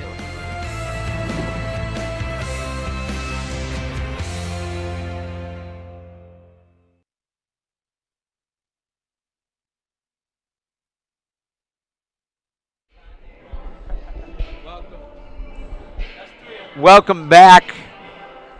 Again, Beacon's up 8. If you're just joining us, Alex Barth, Steve Witkowski. I just checked the snow, Steve. It's not good. Not good at It's all. up to the curb at least. It's got to be at least 6-7 inches. Well, at least I'm not driving home. You lucky man. You lucky man. 46-38. Beacon's shooting 63% from three-point field goal today. They're at the convenience store number. They're 7 for 11. Inbounded to Donaldson, but the foul's still a bit of an issue. Fritzen drives baseline, creates space, lays it up and in. Jimmy Fritzen with 10 points. And the Beacons being quieted in the last couple minutes with the offense. They got to spice something up here. They've got a minute and a half without hitting a field goal. And Freeman isn't in the game, so someone else is going to have to create a shot. Powers gets it out to Lee.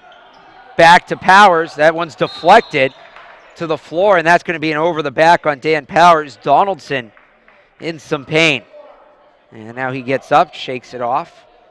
Dan Powers is a big guy. Not the guy you want to come crashing down on top of you like that. So the second foul on Powers. Second foul on Powers, and we talked about it earlier. He's a very hackable guy. He does hack a lot. He's a big fouler, so it'd be interesting to see how he does. Campbell hangs and hits. Later in this game, because they don't have that many big men, especially with Freeman on the bench right now.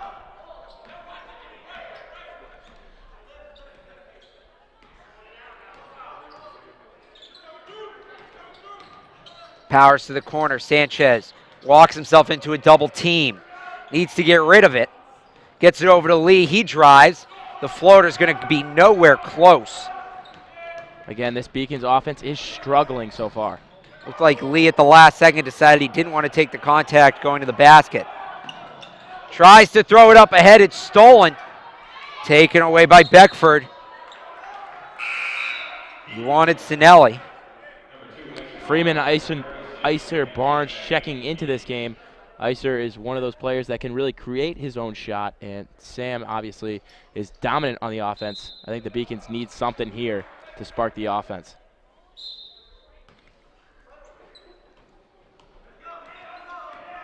Sanchez back near half court. 19 on the shot clock. He's going to pull up, create his own shot. No good. Rebound loose on the floor. Foul on the floor. And it will be on the Beacons. Looks like it's going to go against Iser Barnes. That would be his third. And it is actually on Sanchez, so it's his second. Barnes still at 2. Fritzen up the left side, charging in. Takes it himself, trying to go coast to coast. Put it too hard off the rim. Pass underneath. Wanted Campbell. Campbell gets hacked. Coach Harris upset and yelling. I mean, he talked to you about it before, about how he really was upset with the amount of times that Rhode Island College went to the free throw line, and it looks like it's only going to be more from here on out. Foul's going to go on Sinelli, his first.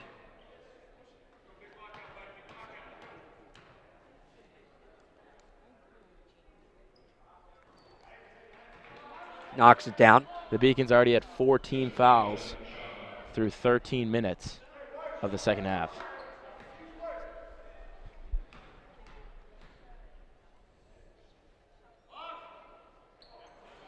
Campbell, a 57% free throw shooter, makes one, misses one.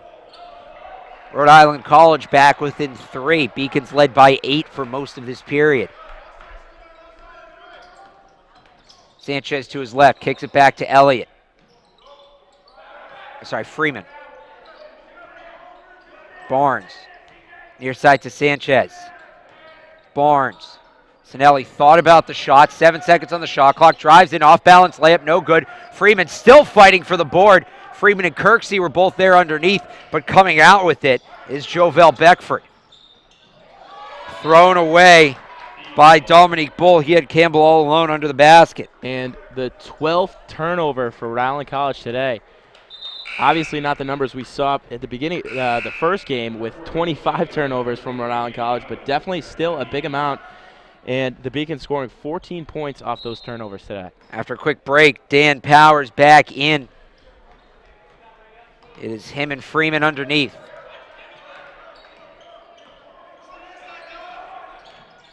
Sanchez back to Powers. Inside, Freeman, the turnaround through the contact. He'll get to the line.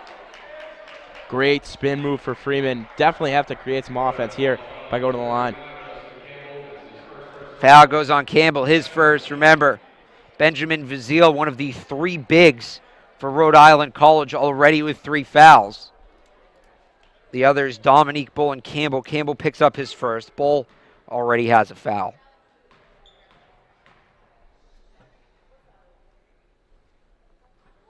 That one is good.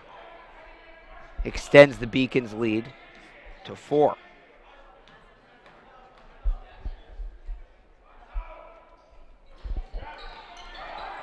Second one, no good. And a hard-fought rebound comes up. Rhode Island College, you see that on the far side. Jovel Beckford was running down the court, windmilling his arm, trying to get his team to hurry. Bull in the paint, gets Powers in the air, puts the layup up off the rim a couple times.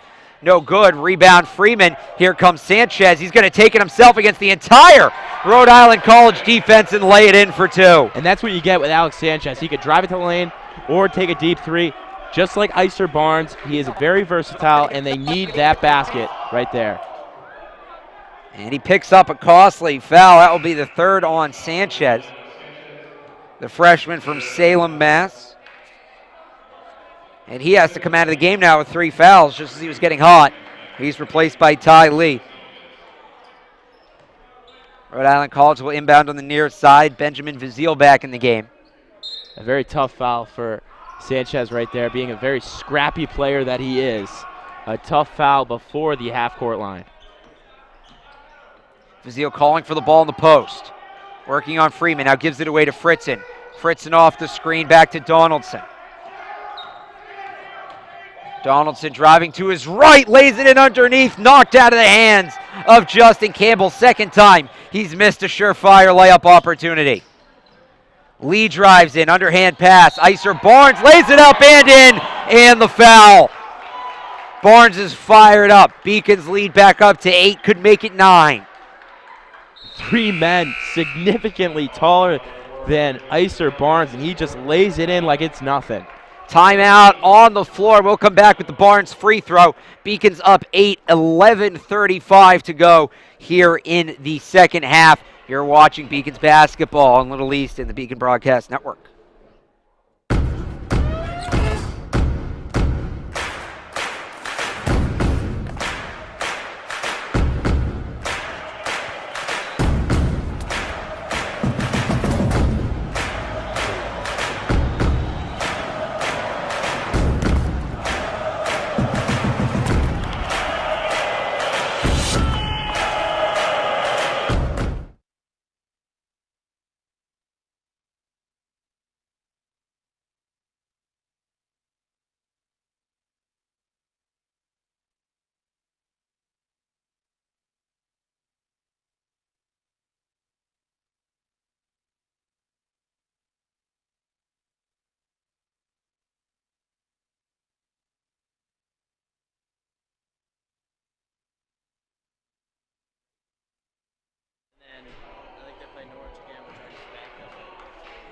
It's go time here.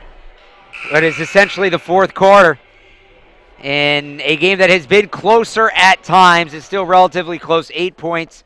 Icer Barnes looking to make it 9 with a free throw. But there's been a couple times the second half Rhode Island College has closed within 2 and 3 before the Beacons pulled back ahead again. Icer Barnes has developed as a player for the Beacons. He knocks it down and adds the and one. And is really a very pivotal player right now for the Beacons, playing great basketball and picking them up in that situation. Chris Farrington, bounce pass inside, hanging and hitting is Jovel Beckford. And an update in the men's hockey game after 2 periods. They are down 2-0 to New England College. Lee with it.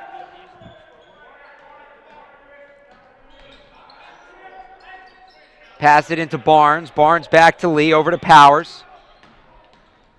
Powers hangs, leans to the bucket, no good. Rebound, puts it through Sam Freeman. If Sam Freeman eats, we all eat, and that is what the Beacons are doing right now. Freeman, after a tough start from the field, now has 7.7 rebounds, looking for another double-double. Fritzen off the screen, pulls up from the top of the key, short. Might have gotten tipped. Up ahead, Barnes, one-on-one, takes it to the basket, gets it to go over the bigger man, Icer Barnes. Timeout, RIC. Beacons up 11. 10:27 to go. We'll step aside. Keep it here on the Beacon Broadcast Network. The University of Massachusetts Boston. It's just minutes from downtown, and the Princeton Review calls it one of the best values in the country. A nationally recognized institution of academic excellence and research, UMass Boston offers more than 150 undergraduate and graduate programs, 16 Division III sports, and more than 100 student organizations. To learn more about the opportunities waiting for you at UMass Boston, visit in person or online. UMass Boston, a research university with a teaching soul.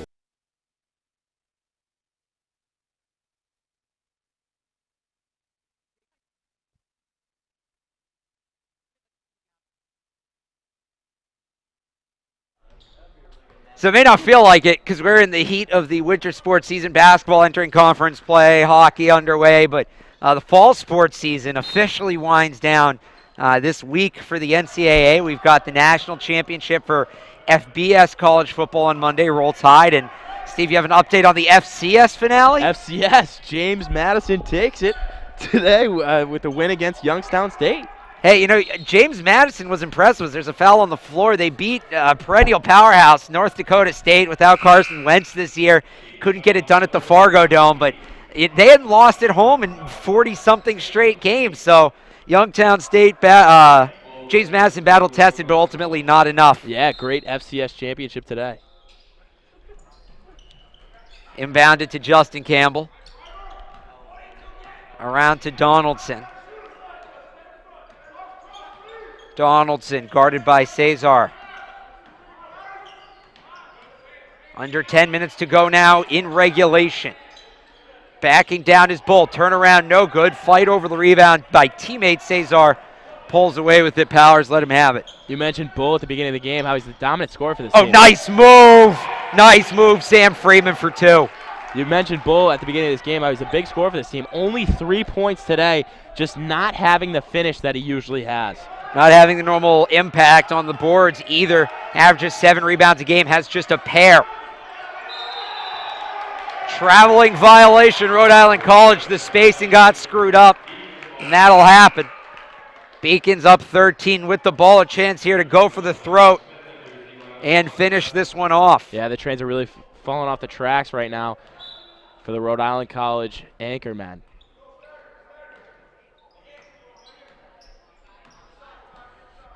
If they want to do anything soon, they got to start scoring. They've gone 2 minutes without a basket. Powers leans in, no good, off balance. Comes up Donaldson. Donaldson to his left. Oh, that's a nice move with the underhand for 2. Barnes. Underneath, got it, no, offensive foul. Interesting to see Icer Barnes really taking it to the hoop in the last possession Dan Powers really taking the hoop and wasting no time on the clock. Up 11 now with 9 minutes left. Still being aggressive as they were in the first half. 11-point game, 8:59 to go in regulation. Donaldson up the side, spins around, gets it to Bull. Bull off the glass with the right hand. Back to single digits, 58-49.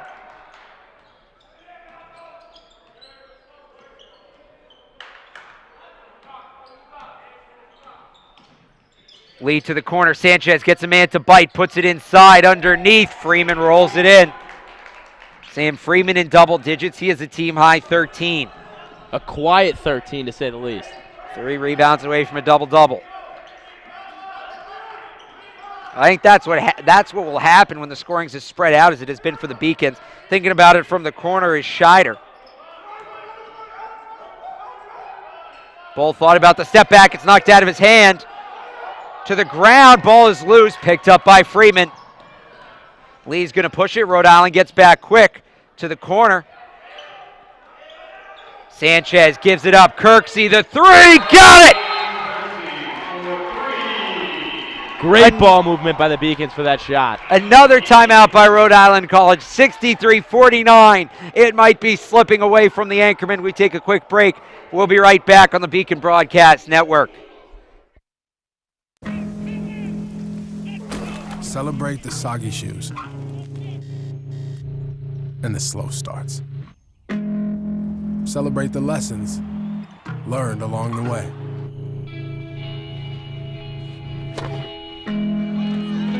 These are the wins.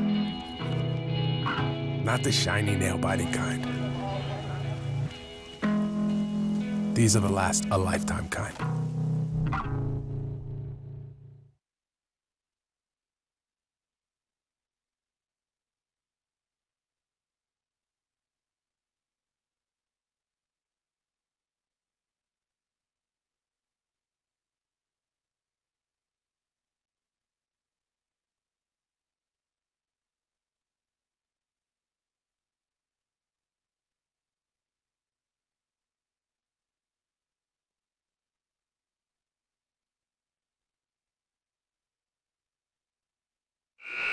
Back in Boston, 63-49.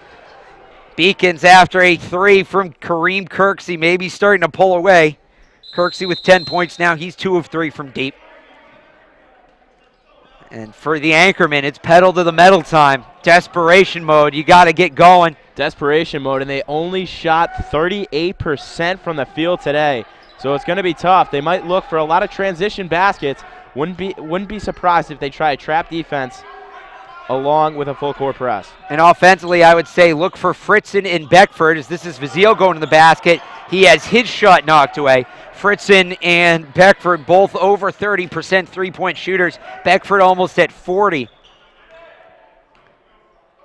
Those are the guys I would think you're going to look at, because you need to close quick. You need 3 for every 2 to get back in this game. The thing is, to really press for this team, they got to make baskets, and they're not doing that right now. Now the Beacons start to work the clock a little bit. Out to Ty Lee. Lee to his right underneath. It's Kirksey again. An absolute bullet from Ty Lee to Kareem Kirksey for 2. 65-49, 6:45 to go. Donaldson to Vazile. Vazile drives, trying to get the contact for 2. Vazile, a quiet 8 today as well. Very good player. He was in a little bit of foul trouble at the beginning of the game, which limited his playing time today. Foul on the way in. Ball will come in from the side. Just the 3rd foul committed by Rhode Island College in physical games like this.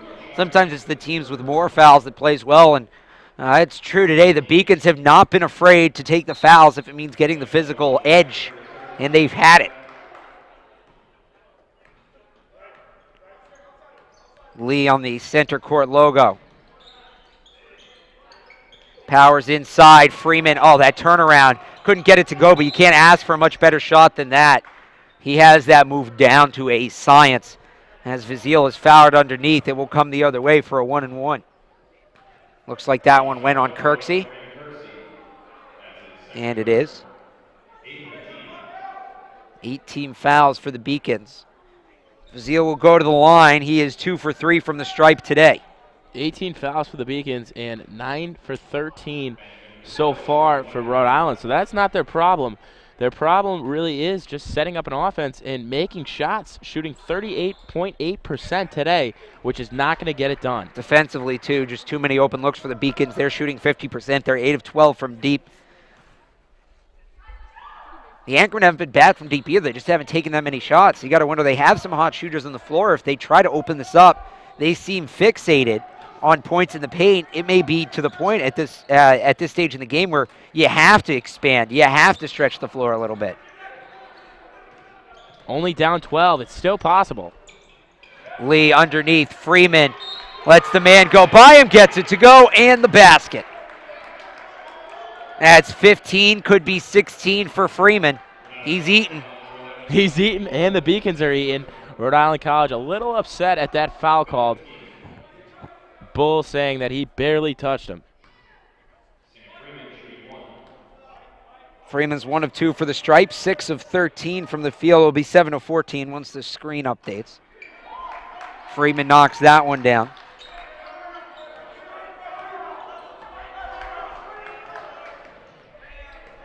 And the Beacons extend their lead back to 15. Underneath Beckford for 2. And, oh, it looked like he was going down because he was in some pain. He lost his headband or his wristband or some sort of band. It's all about the swag in today's game. Oh, you got to have it. Got to have some type of Who was accessory. that? The football coach from Coastal Carolina was mad at his players in press conference. He's like, I got all my players. I could look. I got my armbands on. I got my leg bands on. He was pissed at his players for having too much swag. They got blown out. Freeman inside on the block. That spin again. They can't block it right now. 18 for Sam Freeman. I'm a baseball guy. I just recently got Oakley's, so there you go. With the level of fashion going up, the level of game also goes up. Well, you got to have good sunglasses in baseball. That's just the way it works. Well, I'm a pitcher, so yeah. So you're just a tool. Yeah, that's okay. Exactly. Okay, I understand. See, if I was a pitcher, if I had any shred of athletic ability, I would get the Charlie Sheen Wild Thing glasses. Because that's just such an iconic statement. I used to have those in 3rd grade. If you go out on the mound looking like Wild Thing, like that, there's so much intimidation just in that right there. Freeman's going to fire again. It rims out. Kirksey there for the rebound. Oh, he almost got it to go. Was halfway down. Rhode Island College running up ahead. Vizil. Oh, he tried to touch it off the glass and just put too much on it. And he turns around to his teammate and says, that's on me. But that may have been an attempted dunk that he just blew. Kirksey delays, puts it up, no good. Freeman shot Soileray. Rebound Sanchez. It's taken away by Vizil. Donaldson, one-on-one with Lee. Sanchez catches up. No good. Put back, no good. Oh, the rebounding right now both ways is just struggling. A little too much fashion, like you said. I mean, he put it up for the dunk. They're down 13 points. All they need is a lay-in to start some trouble, but not coming for the Anchormen. Timeout on the floor, just under 4 to go. 70-57. Beacons lead. Keep it right here on the Beacon Broadcast Network. Cheer for the stumbles. The he shoulda had that's.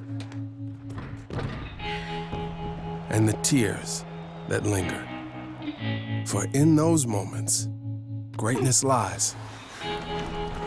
There, you will find the provoked, the determined, the unified. It's in those moments that champions are born.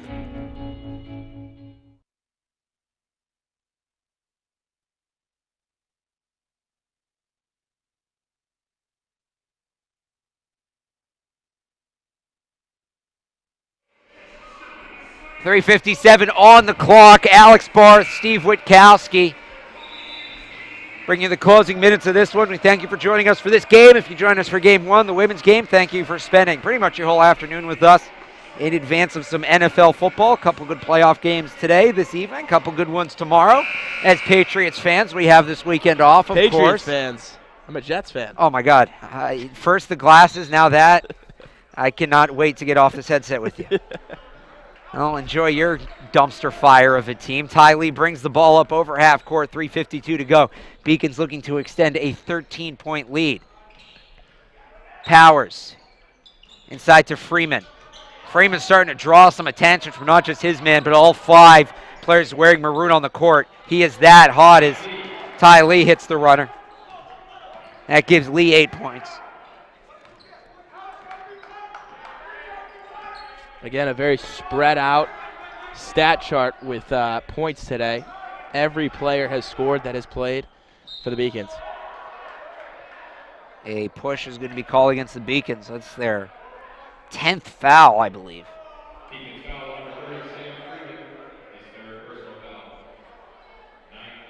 It's their 9th. As Bull goes to the line. 1 for 2 from the stripe in one trip. 2 for 9 from the field as he misses the first of the 1-and-1. Tough game for a player who normally shoots around 50% from the field.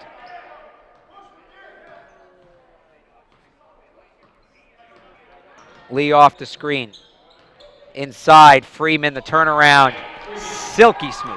And just automatic. I mean, his game has improved immensely. Freshman and sophomore year, he didn't get much time last year. He was their key guy to go to, but they weren't a winning team.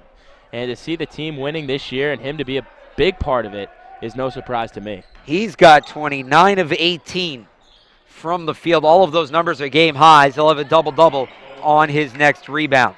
And Bull picking it up with a jumper right there.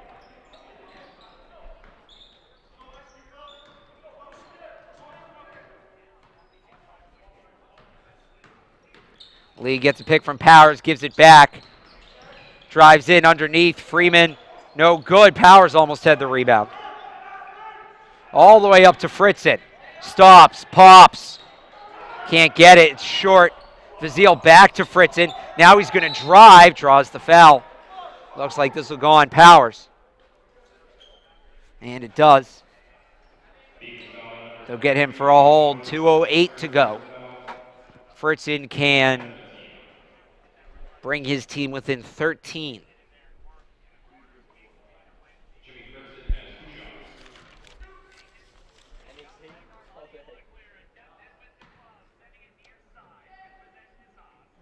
First shot from Fritzen is no good. And a timeout on the floor called by Rhode Island College. It's a 15-point game with 2:08 to go. Is their comeback in the books? We'll see. Keep it right here on the Beacon Broadcast Network.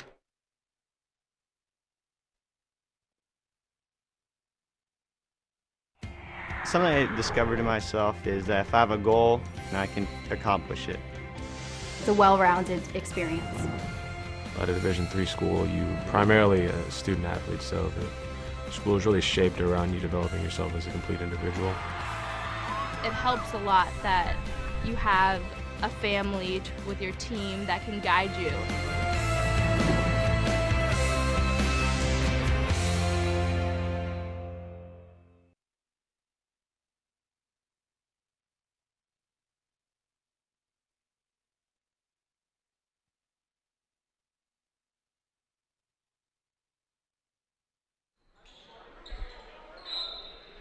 Off the inbound, Freeman is fouled as we get underway here again. 2:06 remaining in the half. And for the Beacons at this point, it seems like just a run-out-the-clock operation. Yeah, run-out-the-clock operation. Obviously, a great game today by them, averaging just about 80 points on the year, just about 77 points on the year. They're going to meet that quota.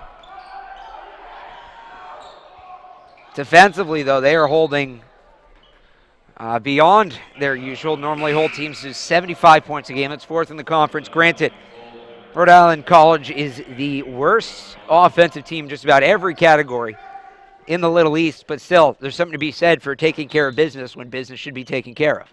Exactly. Definitely a lot of defense, a lot of transition points. I mean, they feed off that. That's kind of their game, defense to offense, and they have had a lot of turnovers to offensive chances today.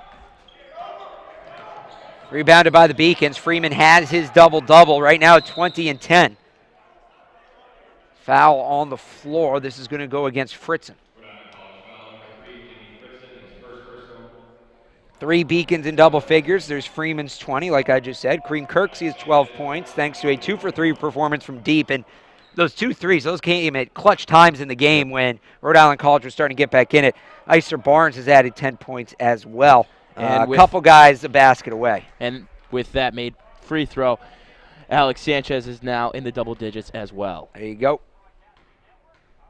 3 for 6 from the field, 2 of 3 from deep, and that is going to make him 3 of 4 from the line. Beckford back to Donaldson. You can't stress enough how well coached this team really is. Coach Harris has worked diligently with these guys, and it shows. Second chance points, no third chance points. Again, maybe trying to dunk when he shouldn't be, is Vazile. Jump ball called. And it will be a go into the Beacons. Dunking down 17 might be a little bit too much. You know what? It was maybe in that case near the right play because he's trying to put it back and just finish all at once. But before there was no questions about it. All you need to do was lay it in. You were down 12 with 6 minutes to go. Not the time for the dunk. Vazile Powers is fouled up the side. Has just had a rough day. He's been in foul trouble for most of the game. He has 4 right now. He's 5 of 12 from the field. Especially with only like 50 people here because of the snowstorm. You're not going to get a big crowd uproar. Still coming down out there. It started at about 10 o'clock, and it's supposed to go for another 5 or 6 hours. Powers knocks that one down. Nice night to stay in. Yeah, good luck getting home. The football, yeah, really. Yeah, I'm already like picturing it. I know it's going to be like a 20-mile-an-hour crawl, but you know, it's nice when these are on a Saturday. So you got to get up and go to work tomorrow. That's no fun, but some football. I think there's a new Saturday Night Live tonight. Shows my loser life.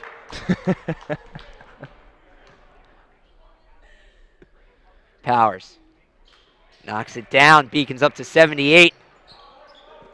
And what was most of the game, an 8 to 10 point game, is kind of like what happened in the first game. It's an 8 to 10 point game for most of it, and then you get into that final quarter, and boom, 20-point difference. Back out to Donaldson. Donaldson drives. A nice look, can't get it to go. Tapped home on the rebound by Farrington. And an intentional foul there as they grab it, Iser Barnes. And you would need something spectacular if you're going to foul here and come back and win this game. That's a lot of missed free throws and a lot of made three-pointers. Maybe just wanting to get a sub in the game. That looks like that's what the case is, as Malcolm Smith comes in, not a guy who plays a lot, so they're trying to get some minutes there for a teammate. Barnes knocks the first one down. This is his second trip to the line. He finished a 3-point play in his other visit. So he's 3 for 3 from the stripe. Beacons up to 80. It's a 19-point game. With this win, the Beacons move to 2-1 in the conference. Their only loss in the conference is to Keene State in overtime, I believe. Powers grabs the board. And Powers is up to another foul. Powers up to 14 rebounds, and Rhode Island College not trying to get out of here anytime soon. Maybe they want the storm to pass before they leave.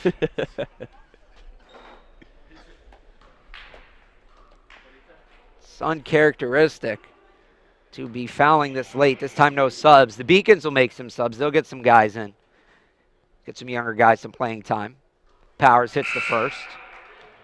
And let's see, who do we got here? We got Obed Jean-Pierre comes into the game. And so does William Butts. For Jean-Pierre, just his second game action of the season. Of his career, actually. A freshman from Everett, Massachusetts. Butts, a junior from Stoneham. Numbers 5 and 35, respectively. This is Jean-Pierre defensively. They get into the post. Out to Scheider. Scheider hangs. drives the lane and scores on the layup. Shot clock is off, 25 seconds to go. This time Rhode Island College will not foul. And Barnes can just run the clock out. And a great win for UMass Boston on a snowy afternoon in Boston, Massachusetts. They will sweep the doubleheader with the win. UMass Boston will improve to 9-4, 5-1 at home, and 2-1 in the conference. Rhode Island College falls under 500. Their 2-game winning streak is snapped. They are now 6-7, and they have some ground to make up. They are 0-3 in Little East play. Your final for the first time, Beacons 81, Rhode Island College 63. We're going to step aside real quick. Stay with us. We'll be back with head coach Jason Harris, and then Steve and I will break it all down. Keep it right here on the Beacon Broadcast Network.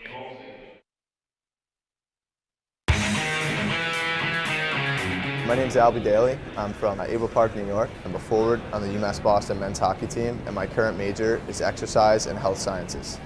Being a member of the men's hockey team is a tremendous honor, just because being able to play collegiate sport while pursuing my dreams of becoming a physical therapist and studying what I'd like to in school means a lot.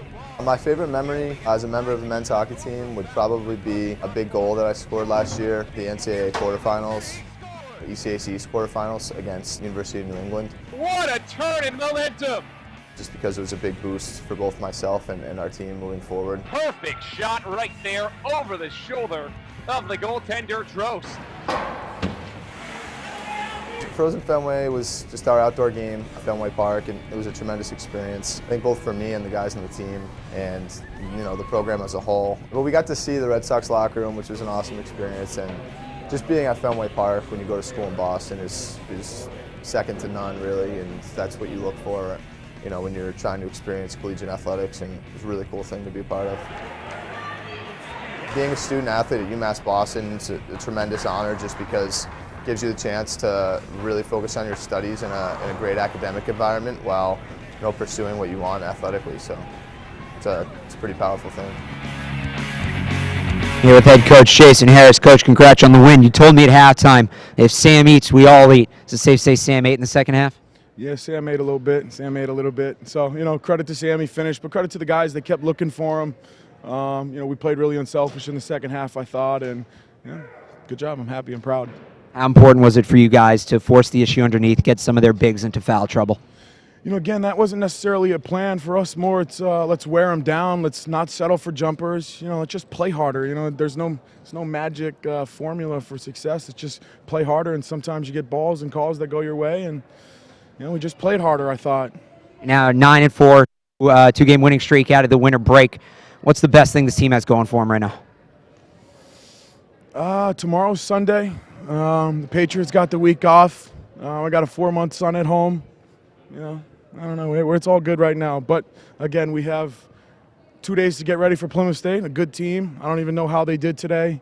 But, these guys stick together, and they, in all honesty, they play hard, and they're for each other, and they're unselfish, and they've really bought in. So that's probably the best thing they have going for them. Thank you very much, head coach Jason Harris. Thanks for the time. Drive safe, everybody. Oh, yeah, definitely drive safe.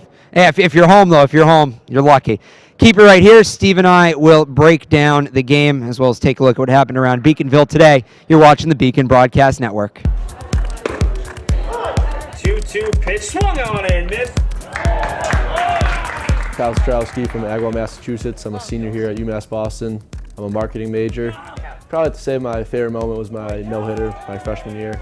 Being a freshman, especially just making a statement right away. Seeing the reactions on the seniors' faces. It was something that was a lot of fun to be a part of. If you want to play and you want to compete for championship every year, definitely UMass Boston is a good place to come look at. And now, this one's launched right center field. That's going to win the game for the Beacons. It is down. LEC is probably best division in college D3 baseball in the country. Play against the top competition every year. I think we have a top 10 schedule in the country this year. So we're young, but we also mix in with a good group of junior college transfers. Being on the baseball team here at UMass is a good experience, great experience. Only about 2% of people can play college baseball. and one that I'll take for me for the rest of my life. Kyle Fields fires the first great scoop from Jason Cholin.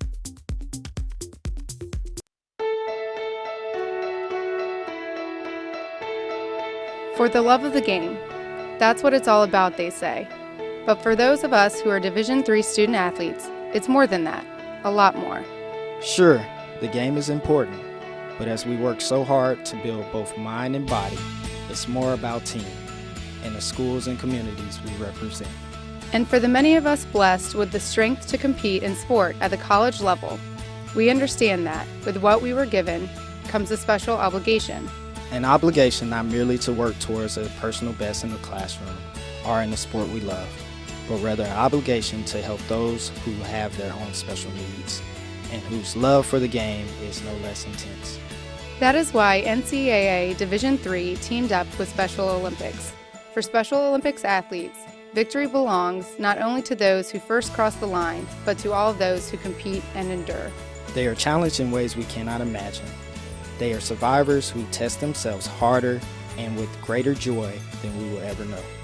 Since August of 2011, we and others from Division III campus communities have volunteered more than 250,000 hours, time away from the classroom and practice field, reaching across the country to coach and mentor Special Olympics athletes. And to learn, as we all do, that in giving we receive so much more in return.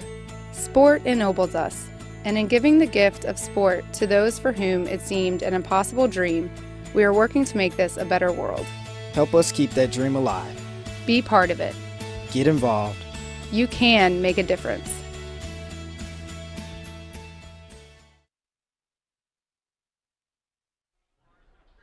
Welcome back, Clark Athletic Center. Alex Barth, Steve Witkowski here to wrap it up for you. Big win for the Beacons. We take a look at the final numbers. Beacons shot the lights out, 48% from the field. They were great from deep. They got it going at the line there in the second half. Overall, a pretty well-rounded team win. Yeah, well-rounded team win. Obviously, 66.7% from three-point, which is just an astronomical number, and 81% from the free throw line. I mean, those are two good numbers to have on your side, and that is why they scored a lot of points tonight. 81-63 your final. You're right, a lot of points. 42 in the second half. A pretty well-rounded performance, but especially from a guy, speaking of the second half, who got it going. He ate Sam Freeman. 20 points, 10 rebounds. Yeah, I was going to mention him. I mean, a great second half. Obviously, Coach Harris said if he eats, we all eat. And you can see right here he's the team leader with 20 points. And they had Kareem Kirksey with 12 with a lot of timely three-pointers, as you could say. And Iser Barnes with another 12 points, which were crucial. Dan Powers, a quiet 14 rebounds, led the team. Couldn't get it done from the field tonight. Managed to find other ways to contribute. We close things out here. We just have some people we want to thank real quick. It's not just the two of us yapping on these microphones. It's a whole crew. Seth Orensky, our producer, is overworking the hockey game now. When we're done, I advise you to switch over. It's a one-goal game with like a minute to go, so we're going to sprint over there after I read these names. Alex Carasuto, Gigi Braga, the directors pushing all the buttons, making it happen. Pepper Baker, who killed it on the instant replay. Chris Fowler, Kelly Beauregard, and Kristen Embry getting it done on camera. He is Steve Witkowski. I am Alex Barth. Your final one more time. Beacons win 81-63. Enjoy the snowstorm. We'll see you next time on the Beacon Broadcast Network.